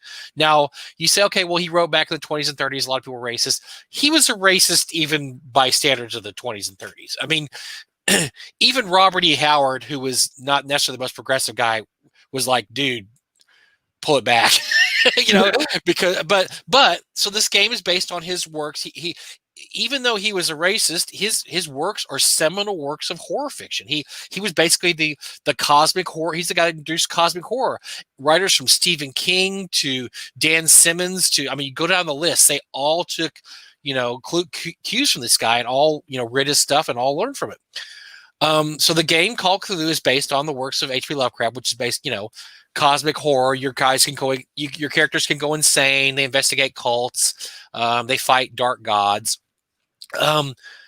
So it's, even though the writer of the games was a avowed racist, and sometimes the stories themselves are a little squicky. I mean, he doesn't necessarily get into some of the more racist parts of his philosophy. Sometimes he does in some of his stories. The game is a great game. It is an incredible game. It's just absolutely fun. I've run plenty of Call of Cthulhu campaigns. I think at this point, Chaosium does have a little post at the beginning of their rule sets to say, hey, we know this. He was a racist, but the game doesn't have to be that. The game's not. The game can be whatever you want the game to be. It doesn't have to focus on any of the racist parts of Lovecraft's philosophy. So you can still. So there's a lot of people I know that won't play Call of Cthulhu simply because it's based on the works of H.P. Lovecraft. They won't play it. They say, I'm not going to support that. There's some people that won't have anything to do with anything Conan because Robert E. Howard had some problematic thoughts. Not as bad as Lovecraft's, but he had some problematic thoughts in his writings. Look, the game's what you want to make it. You can think Howard's a racist. That doesn't mean you shouldn't play Astonishing Swordsmen and Sorcerers or Hyperborea because it's based on the works of Jeff Howard and Clark Ashton Smith and those guys. I mean, subliminal to Jeff Talanian. You will appear on the show. Yeah. So I mean, you bring in what you want to bring into the game. Now if you sat down to a table and they're playing Call of Cthulhu, and the guy running the game insists on using the N-word because, well, I'm trying to be faithful to the time. Yeah, get up and leave because that's not. You don't have to have that. I'm sorry, the game doesn't have to be that immersive where you're forced to do that. Right. But just playing the game normally, it shouldn't be an issue. I've had women play Call of Cthulhu. POC, people of color, play with me. I mean, it's not that hard to leave out the problematic parts of it just so you can play the game. Well, the problematic parts are not written into the system. No, and here's another thing. And this is some shit that really annoys me. Okay. Evil Hat. Okay, we're talking. Yeah. Mm-hmm. Evil Hat decided that what they were going to do is they were going to write a Mythos game, I guess using the Fate engine, using the public domain works of H.P. Lovecraft. And then they got huge pushback from their community because their community aligns pretty much, not all, but a good portion on the left because Fred, we're talking about purple hair, right? Aligns on, I guess that's the political spectrum. So you would think that he would have been cognizant of the fact that, hey, I'm dealing with material that people might find offensive, and especially me, somebody, not me, Tenkar, but me, Fred Hicks, that, I am, it's my antithesis, right? I complain when others do it. And what it basically came down to is he said, I understand how you feel, and I appreciate it, and we're still going to make the fucking game because money. Maybe not said so succinctly, because I can be succinct when I need to be. But that's what it came out to. So when it's funny how people can have these moral standards of, oh no, I can't. Oh, wait a second, I'm investing money in this. I've invested money in this, and I can make a great profit off this. You know what the return on a mythos based fake game is going to be, and we're gonna own it. We're gonna create it. You know how much money we're gonna make? It's just trying to play both sides there. You're trying to say we want to be politically correct, but we also want to make a big pile of money. That's to me is kind of, I mean, not really sleazy. It's just, you're being a hypocrite. Okay. Look, if you're playing a historically based game, I mean, I've had characters in my Call of Duty games play Italians, play Irish, and yes, they were discriminated against very badly in the 20s, and I'll throw that into a game sometime. Like, yeah, y'all could come in here, but the Irish guy got to stay outside, that kind of thing, because that happened. All my relatives, I'm Italian. All my relatives Italian. The reason the mafia started was because Italians were all banded together to get power, and that's how they got power, was by, basically brutally and systematically, setting up protection rings and stuff like that. So it started with street gangs, because you come together for protection, and violence is power, and it happened in inner cities. And you know what? When it's the Italians, the Irish, and even those of the Jewish heritage, when they live in these enclaves within cities, their youth, schooling was not what it was then as it is now. That's so much better. But this was just a natural progression, and those that were good at it, whether it was shaking people down or committing violence or whatever, a lot of times you would have the mafia would have you couldn't be made if you weren't Italian, but they would have some major players that were Jewish, because they were just as good at being a violent crook, right, as the Italians were. That's a part of the game, part of the history, and I would bring that in there. I had characters, people play an Italian character, and most of the games are set in Massachusetts in the 20s, and that kind of area, and yeah, they would have issues because that was historically correct. So by saying that doesn't exist, and well, we're not gonna have that in the game because we don't want to upset people. That's just silly. Then don't play a game based in the 20s. If you're going to play Robert E. Howard game, play a Robert E. Howard game. Don't play a fantasy with just a slap Howard's name on there and say this is Robert E. Howard, but it's really not Robert E. Howard. It's just a generic fantasy game. I mean, part of Howard's whole thing about Conan was just the fact he was an outsider. He was a barbarian. He came to the civilized lands, and he found out they lied and cheated and stealed and killed each other just as bad as the barbarians did. And that's the whole undercurrent of his stories, is that barbarianism. One of the quotes he has is barbarianism is natural mankind. That's the way mankind gears towards, and so that was kind of his point, is that Conan's not any worse or better than any of these guys that pretend like they're this guy, this big unkempt barbarian came in and killed these people, but yeah, he's not any worse than you guys. You do the same thing, right. You just do it, you just have more words to do it, and that's where it came down to. And again, judging the work based upon the person, does that mean that if the person is a saint and they put out shit that you're going to go, oh my God, this is the greatest shit. Right. My God, you've done such great work with your lack of skill, but your piety. Well, not even, but you know what I'm saying. Right. It doesn't translate. A lot of times, people that are what we would consider to be morally bereft are extremely artistically skilled. Karma, the universe, creation somehow balances this stuff out, and it's like, well, you know what? You are an evil person, but we gave you this great skill so you can get through life. Or we gave you no skills, but man, you are well liked because you're just a good person. it's the luck of the dice to a large extent. John and Bruce are talking about Robert E. Howard. I want to throw in a couple of things.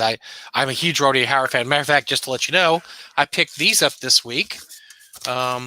Selected letters, Robert E. Howard. Selected letters 30. This is selected letters 23 to 30. Selected letters 31 to 36. I'm actually reading all the Lovecraft letters. He wrote to Lovecraft. But just a couple things. Howard's father was a doctor, but it was a very small country town. And if you're a doctor in a small country town, sometimes you get paid in chickens. I mean, seriously, you get paid in chickens and sheep. You don't get or produce. You don't get paid in money. Cross Plains was a huge oil boom town, but by the time that Robert E. Howard was already of writing age, it had already started going downhill.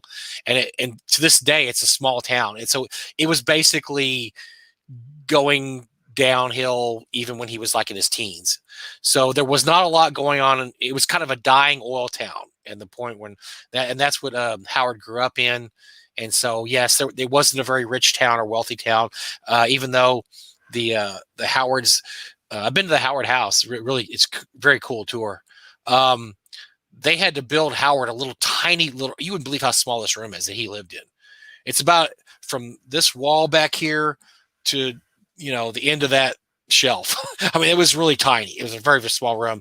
That's his room, basically his little writing room that's built on the porch. So yeah, they did not have a lot of money. They were very, even with his father being a doctor, they're very poor. And what you said about Howard was keenly interested in race and ancestry, evolution. Howard read pretty much every book in the library there in Cross Plains when he was a kid. And he was very interested in history, and he was very interested in, like you say, evolution, de-evolution. He thought he had a theory, which I guess we would consider somewhat racist, that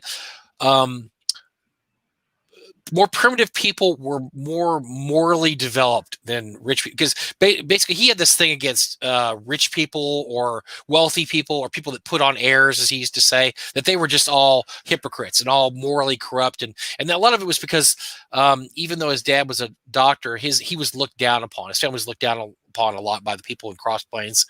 And they looked down a lot on Howard because they didn't understand Howard. Even though Howard was a great writer, we realize it now. At the time, they just thought he was the weird Howard boy that used to write those crazy monster stories.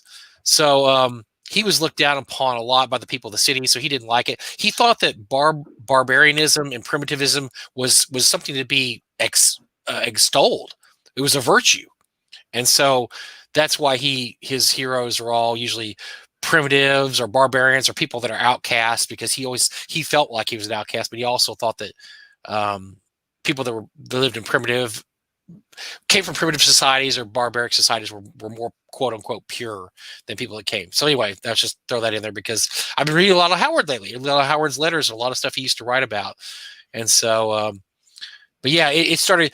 Let's just say that Cross Plains started going downhill in like 1920. It's kept going till now. Although now it's getting built up a little bit in the outskirts because it's outside. A lot of people that move to want to be outside the city. It's about 2.5 hours from Fort Worth. It's starting to get built up a lot more.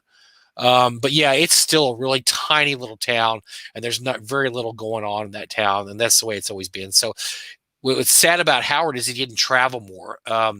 Unlike Lovecraft traveled a lot. He went by bus everywhere. Howard really never left. He never left Texas. He never left the area around there. It's really kind of sad because he seemed like he would have really liked to have left there, but he felt like he couldn't leave his mother. His mother was deathly ill all the time. Anyway, so that's just a little background on Howard. Sorry, I didn't mean to interrupt the show there, but I will talk when Jeff Delaney and I get together at conventions. We get in a corner and we start talking about Robert E. Howard for like 2.5 hours. I mean, because we're just a fascinating show. Holy shit! We should bring him on the TotalCon. Oh, subliminal messaging. Subliminal messaging. I need to get in touch with that dude. Yeah, Jeff. I've run your table at TotalCon now 2 years in a row, so you could actually eat and use the potty. Yeah, the Howard Days is really cool. The one thing that sucks about Howard Days, John Miller, is that it happens the same weekend as North Texas every year. It's the first weekend in June, and so I've missed it for the last 13 years or whatever, 12 years, because it's the same weekend as our convention, sadly. But Howard Days, yeah, it's really neat. Everybody goes there, and they open up the library. They have a lot of Howard's books. Interesting. Little bit of history there. So when Dr. Howard died, they basically just his house was empty for a while. People just came and took stuff because that's the way you did in the country. And all his books were donated to the library as Howard wanted to. Well, the library is like, whatever. They just started giving it, they just got rid of them, or people just took them and didn't bring them back. And so when the Conan started getting popular again in the 60s, they started looking for these books. They found that residents had them. So the books they have now were for years were just on the shelf. Like a book that Robert E. Howard owned would just be on the shelf that you could just check out. And it would say like in there, this is Robert E. Howard's copy of whatever. Right. And if people would bring it home, sometimes they'd keep it. They might lose it. I mean, it's just crazy. The collection was not kept very well for decades. And it wasn't until the 60s when they said, you know what, we should put these in a special collection in the back and not let people just take them out and just do whatever. And so some of these books now are actually back in the Howard House, and the collection at the library is actually, under lock and key now instead of just being on the shelf where you could just, grab a book by Robert. Oh, here's Robert E. Howard's copy of whatever signed by Robert E. Howard. I'm going to take this home and read it. No, you can't do that anymore. So yeah, it was a lot of that stuff, but it's amazing how much stuff they found because those small Texas towns like that, when they started asking for the stuff, people were like, oh, I've got their furniture. People had their furniture. They're like, oh, I took the table out of the Howard House, and they would bring it back. Or they'd bring back these chairs or a desk or something. And matter of fact, if you go in the Howard House, last time I was there was a picture on the wall of a table, and it said, this table is owned by the Haskell family. It was taken from the Robert E. Howard House, 40 years ago, but they've said that as soon as they pass away, it will come back to the Howard House. And what happened was after Dr. Howard died, they just went in and took the table because nobody was using it. And they brought it to their house. It's been sitting in their house for 40 years. And so 50 years, whatever. And so whenever they pass away, it'll go back. I mean, that's just, that's how things were we could do a whole show on Howard sometime, Tenkar. I'm sorry. I can talk with research. But it's interesting, interesting subject there. But anyway, relating back to what we're talking about is yes, these people came from different times. Yes, they had different belief systems. That shouldn't affect your enjoyment of games, and it shouldn't affect how you play the games. You should be able to play how you want, and you shouldn't have to apologize for it. It drives me crazy sometimes to read the apologies a lot of these game companies put in their forums. Oh my God. Like, we know this guy was really racist, but we're just asking, and we don't believe it. Well, of course you don't believe it. Any sane person doesn't believe in it. So you don't have to tell me this. Do my research. Oh, there you go. That's some good research there. Savage Sword. The Savage Sword. Oh, is that John Buscema and Roy Thomas stuff? Roy Thomas, John Buscema. Oh my God, that's the best. It's the best. Black and white. Black and white. Yeah, that's good stuff. So I, one day I'm gonna have to ignore my wife. Oh my God, those are so good. Because Roy did all the classic stories. He amazing job. They're all done. They're all every Conan story has been illustrated, and that's great. Oh man, I love those. I just have a pretty complete collection of was it King Conan or Conan the King? Those are some great that was a fun too. little series. Now that didn't have any basis in what Robert Howard wrote, but it was still great. That was a great comic series. That was some great stuff. But yeah, if you're playing, that's one of the reasons Morphidius got in so much trouble last year from what their stuff they did. Am I pronouncing that right? Morphidius? I can't remember how. It's because if you buy a property, or if you want to base a game on a property like Howard or like Lovecraft, you have to know what you're getting into. Come on. Yeah. And for them to say in the Kickstarter, this is going to be 100% faithful to Robert E. Howard. And then once the Kickstarter got funded, like, well, maybe not really. We're really going to leave out all but we're going to hit like 9. We're going to be as pure as ivory soap. Okay. But we're really gonna take away all these problematic aspects. Well, then you lied to people, because then if the problematic aspects are something that's in there, and I don't have any respect for people who apologize for their stuff. Yes, no, I take it back. If you want to apologize for stuff you wrote years earlier, I understand that perfectly, and that makes sense. But you don't have to grovel. I mean, look, the example I use is the term now that we don't use anymore is gypsies, and that was a term that when Eric and I were kids was extremely in the vocabulary. Everybody talked about gypsy. Fleetwood Mac, come on. And they had a song called Gypsy. I mean, I remember old people when we were kids calling people jippos, and jippo, I mean, that's where gypsy came from. Is people they would say they scam people. Well, nowadays we don't use that term anymore. We don't call them. We don't call people gypsies. We don't use those words, and when they republished Ravenloft, they flipped out and like, oh my god, we can't. These people are based on the Romani, or based on gypsies. We can't have them be bad or evil or want to scam people or con people, because that just looks awful.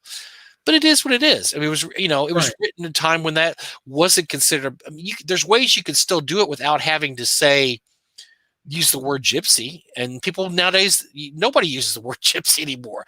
And that's good. I mean, it doesn't bother me. It doesn't affect my gaming or my way I do things. But for everybody that lived back then to have to apologize for using the word when we didn't know there was anything wrong with the word is just ludicrous. You can't apologize for every single thing you did 30 and 40 and sometimes even longer, 50 or 60 years ago. Now, David Thompson's like, you can't say the word gypsy here in the UK. It's travelers or Romani. I thought that's pretty much here too. Even travelers. By the way, travelers are the Irish, right? The Irish. That's actually becoming there's a lot of pushback to the word traveler, because yes, Irish travelers, they're a huge issue in Texas. We've had a lot of problems with Irish travelers in Texas, and that's becoming a huge pushback. A lot of the Irish traveler community are saying you can't call us Irish travelers because that creates a picture in your mind of who we are, scam artists or con men, and we don't want you to use that. So actually, even the word traveler is getting a pushback at this point. Irish traveler. Yeah.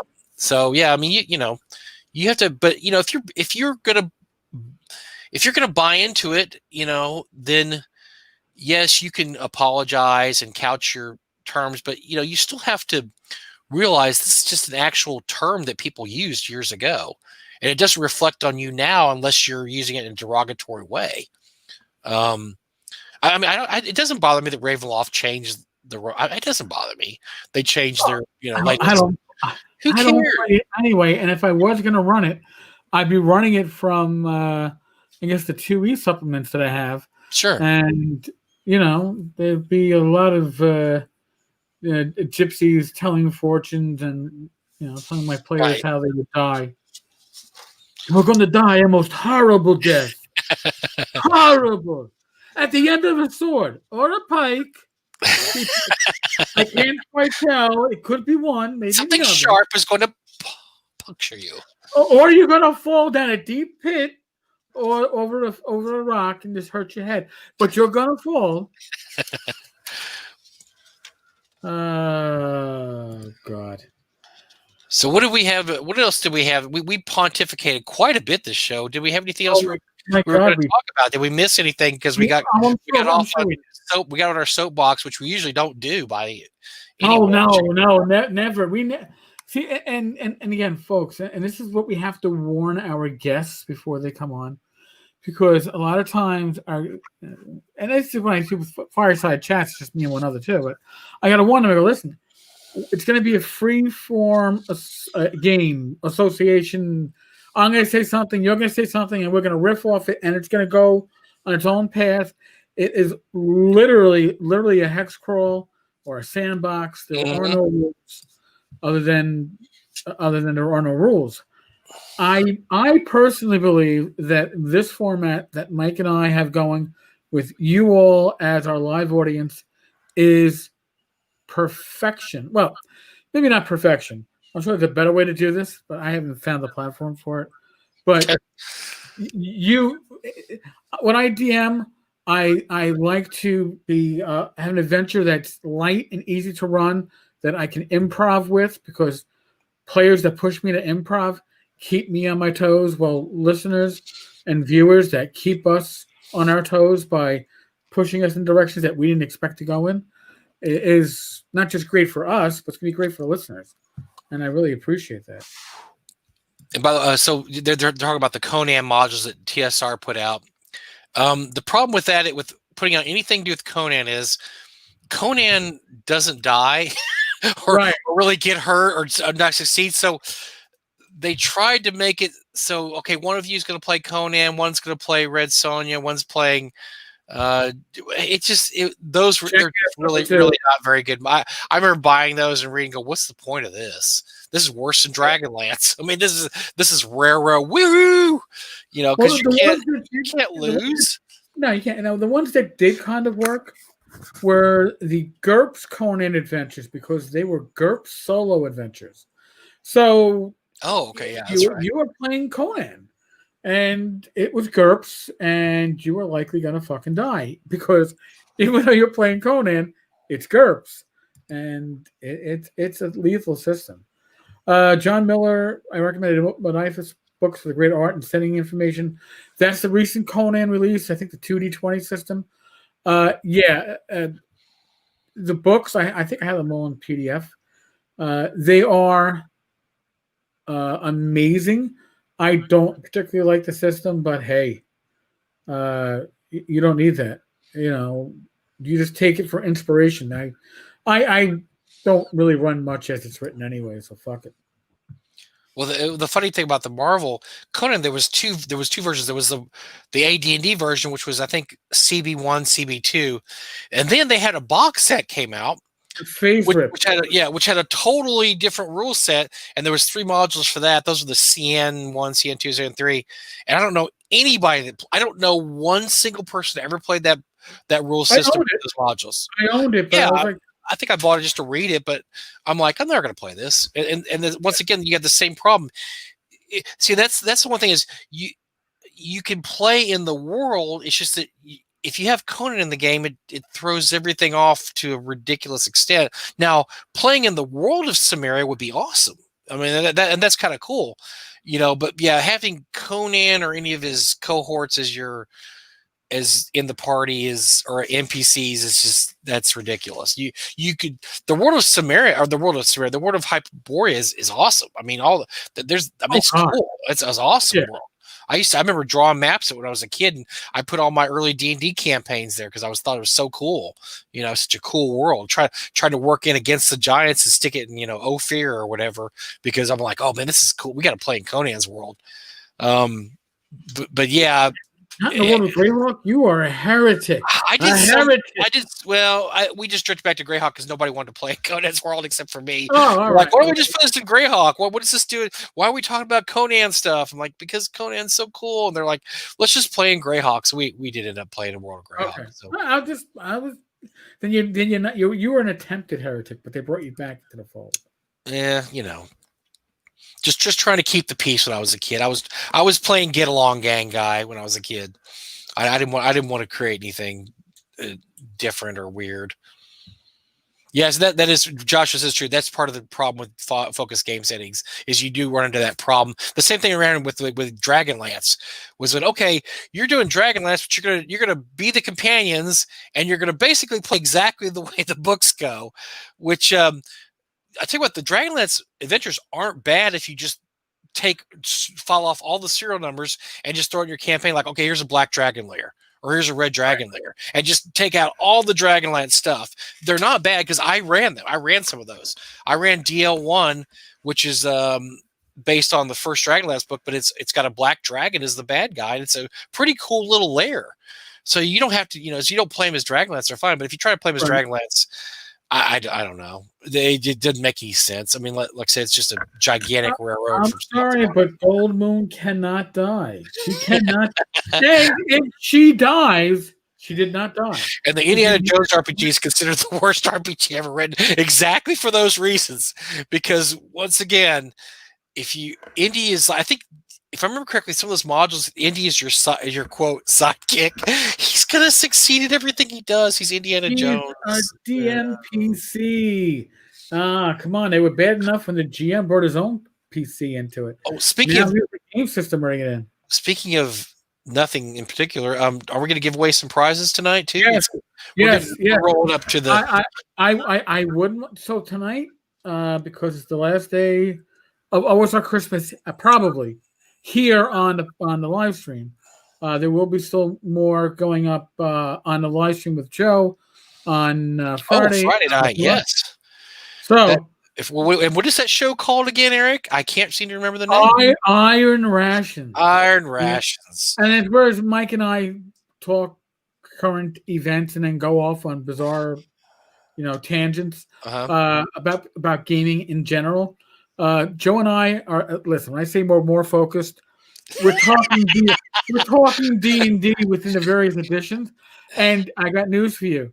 Joe and I are good friends. Joe and I agree on almost nothing when it I comes. love the last show. It was great. I love listening to you guys talk D&D, and I love to hear you disagree because Joe is so adamant when he's got a point. It's like there's no way you could have a point other than this point, and he gives you a point. And you're like, well, I don't believe that, Joe. Well, here, put this in perspective for you. Remember, I am a retired cop. Joe is an active lawyer. So there's two of us that are used to persuading different ways, but persuading the individual that we got into compliance or to see it his way. And it is great because, listen, I used to really enjoy going head to head with lawyers as a cop, almost as much as you. But hey, it's a good show. Definitely listen up. If you haven't listened yet, guys, check it out. It's I forced myself to listen to it because I felt like I owed you one. So, but it was good. I love hearing you guys talk because I'm doing something else. I just turned it on and podcast and just did some work around the warehouse. It was great. I got to hear. Oh, it's Chris reminds us free stuff. Sorry, we got off on a little. We went investigating hex. We doing some hex crawls. Not that we got our free booze this year. A hint. I mean, we could always do for like April 1st. Maybe we could do around the April's Fools. We could do an alcohol themed episode. Some of that tequila I drank last week. My stomach's not right. I don't know what was that. That's bottom of the barrel stuff. I'm gonna have to talk to Doug about his margaritas. I don't know what he's doing, but these can't be good margaritas. See now, Chris, if you want to get not ignored on Facebook, you gotta get Facebook permission. I am still sober. I am still on my first glass of wine, and I am still sober, and I still remember that. So I can't tell you. So John does say LiveStream news for viewers. Hey, tell people about the live stream. I know this sounds dumb. Click the thumbs up on the Facebook. I mean, everything, all that stuff, that all helps. Every little bit helps. Talk about it. Link us on your Facebook page. Eric and I aren't super focused on ratings. I mean, we do watch them slowly go up. They have been slowly going up. Yeah, no, it has been increasing. Don't get me wrong. I am happy. I am happy with the growth that we're seeing. I suspect that when we do TotalCon, and it's going to be 4 nights in a row, you're going to go, I don't know, could you actually have too much bed Mike and Tenkar? Maybe. I don't think so. There's a lot of sexy here. That's too much. That might be too much sexy. Are you telling me that you want me to go topless like certain James Bond? I never said that at one point in this conversation. I never said that. All right, thank God. Because I had no fucking intention of doing it. But the numbers are going up. I suspect that TotalCon will bring the long-term numbers up. If we do another convention, which we can't name yet, but we're working on, if we get approval for that, you know what? I'll go on record right now. I got a record right now in North Texas. We're probably going to do a talking crit at North Texas. I mean, I don't know why we couldn't. Are you in for that? We could do it Friday night. Friday night, we could do a drink-a-thon / grab whoever's walking by. Oh, look, there's Tim Kask. Oh, look, there's Alan Hammock. There's Errol Otis. I mean, who knows what we might find it. So I'm up for North Texas this year to do a talking grit there. So we'll definitely do some convention themed. Yeah, definitely. But also on Fridays. So Joe and I are the second and fourth Friday of the month. Glenn Hallstrom, best known for such as Old Man Grognard on YouTube, but he also is known for Sacco's Hammer, one of the longest podcasts in the OSR, longest running. We will be doing first and third Fridays. And don't ask me what the topics are just yet. I have told Glenn, that's your bag because I've got my finger in all these pies. It's like having a network. You got to delegate. All right, let's give away some free stuff here. All right, so I'm going to count back. I'm going to roll a d20. I'm going to give away 2 $50 gift certificates to Drive Through RPG. Again, folks, before somebody goes, how the fuck did he have the money to do this? I go, I have the money because of you. Because you're rich. Oh, no. The listeners, the readers, this is your drive-through money from using the affiliate links. So when I ask you to use the affiliate links, this is what it goes to. I really believe in giving back. Is it nice to see the money come in? Certainly. It's a yardstick I can use to measure how we're doing well. But, this is more fun. You want to roll? I got a die 20 here. You want to roll die 20? Yeah, you roll a die 20. Okay, there we go. That way nobody knows. And by the way, the art print, the thumbtacks and the art prints are because these are copy art prints. I wouldn't put them in actual art prints. Bob, before the link to Iron Rations is the same channel on YouTube, and it's the same podcast channel or stream that you're going to catch the Talking Crit, that you're going to catch Tavern Chat. My wife and I doing Gamers Health.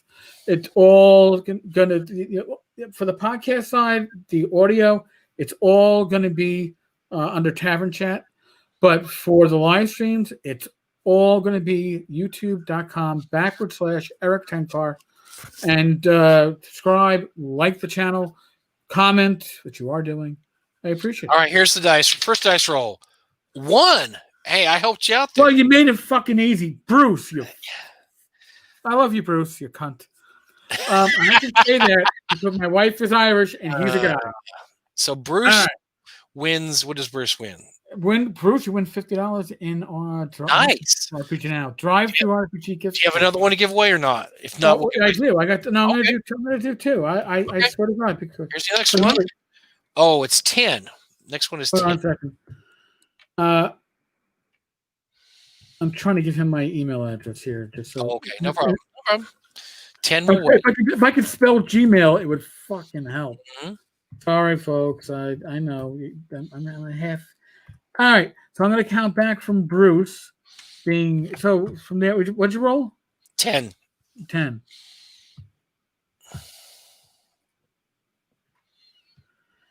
Jerry Tell.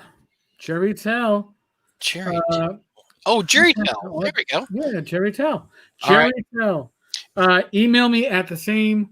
Tell me what you're emailing me about because I have other prizes I'm giving away from different days, and I'll send you out your $50. You should get it by the end of business Friday, but I'm hoping to address all this shit tomorrow. Mike, you giving anything away? I'm gonna give away a Frog God packet, either Swords and Wizardry or 5e. Let me know, and I'll have contact information in a second. We're looking at 11. All right, so now I've got to. Jesus Christ! All right. Okay, there we are. So 11 from Jerry Tell's winning one. 1, 2, 3. Bob G, come on down. You're Bob G. Okay, Bob. So what you do, Bob, is email me, mike@froggodgames.com, or you can contact me on Discord. Well, actually, you can't do that through Tenkar's Tavern. I don't think. Maybe you can.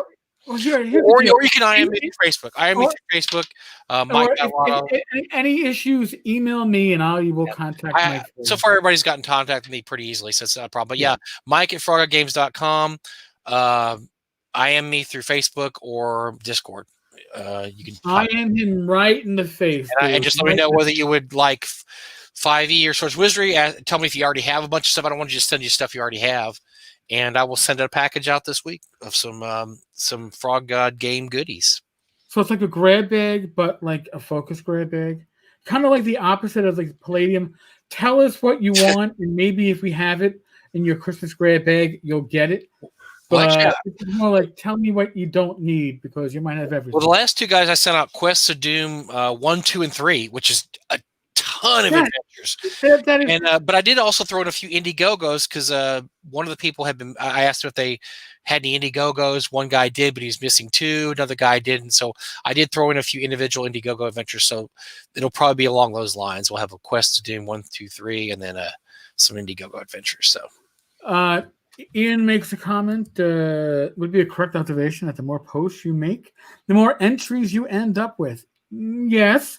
However, once you've won for the night, you don't count. Yeah, you're out. So you just become zeroed out. So yes, the more you participate, it does increase your opportunity. But again, if you make 20 straight comments, I'm going to guarantee you that you're not going to. I don't know. My D20 rolled a 24 because it's a DM's die, and it does that. But my Facebook is Michael Badolato, Badolato, Michael. So you should be able to find me on that. Or I don't know if you're if not, well, probably not part of the North Texas site, but yeah, Badolato, Badol. I should be pretty much the only Badolato in there, except for my brothers and a few weirdos from New York. There's a bunch of Badolatos in New York.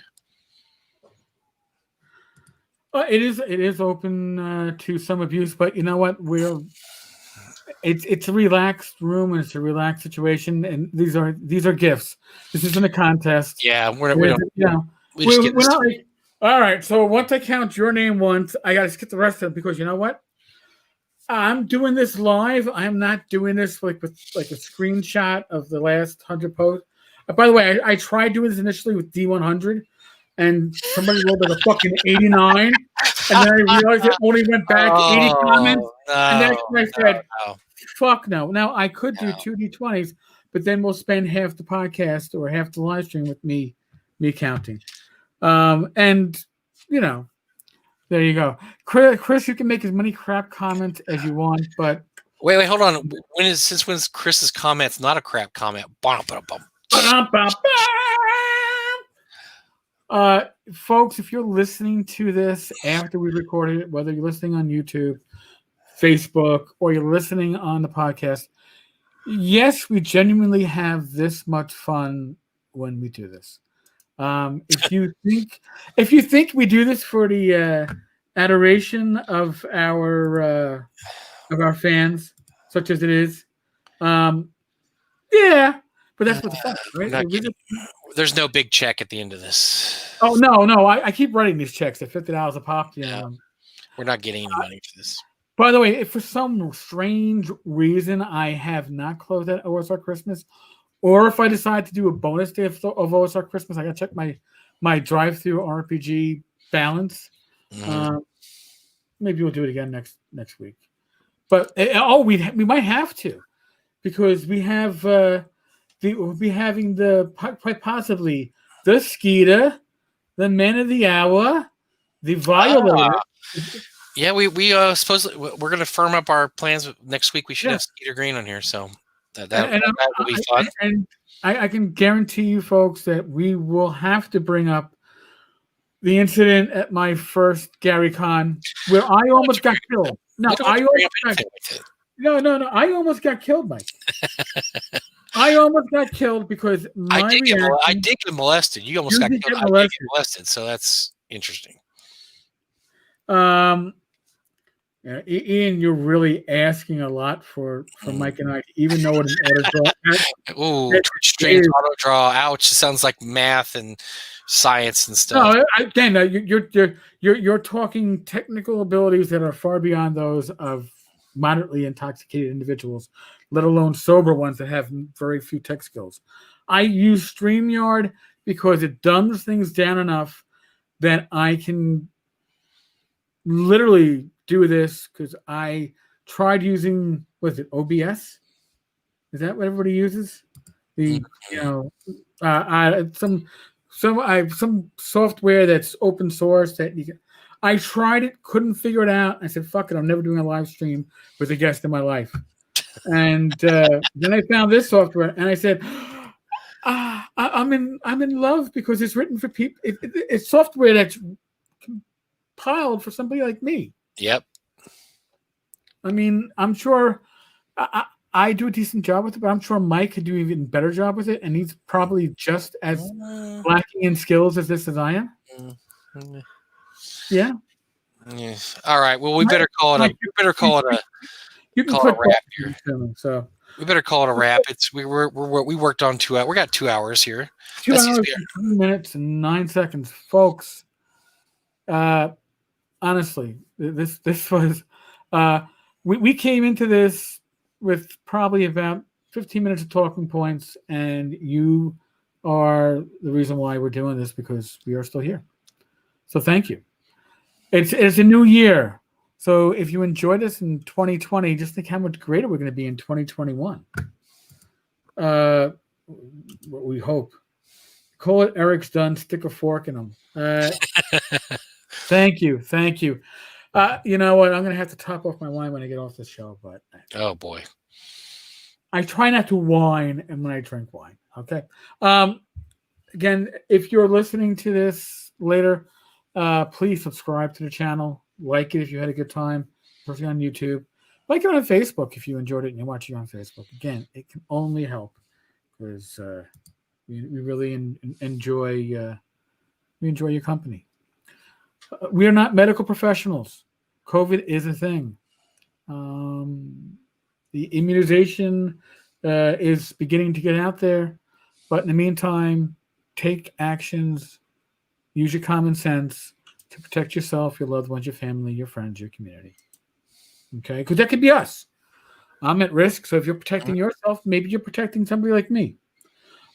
Be safe, be well. God bless you all. Roll your dice, roll them well. Mike and I will be back next Wednesday, maybe with a special guest who will promise not to molest us on the show. Hopefully. That's why we're happy it's virtual. We've got a little distance. Otherwise, knock on wood, I will talk with you all tomorrow. All right, folks. Thanks, guys. Thank you. Bye-bye.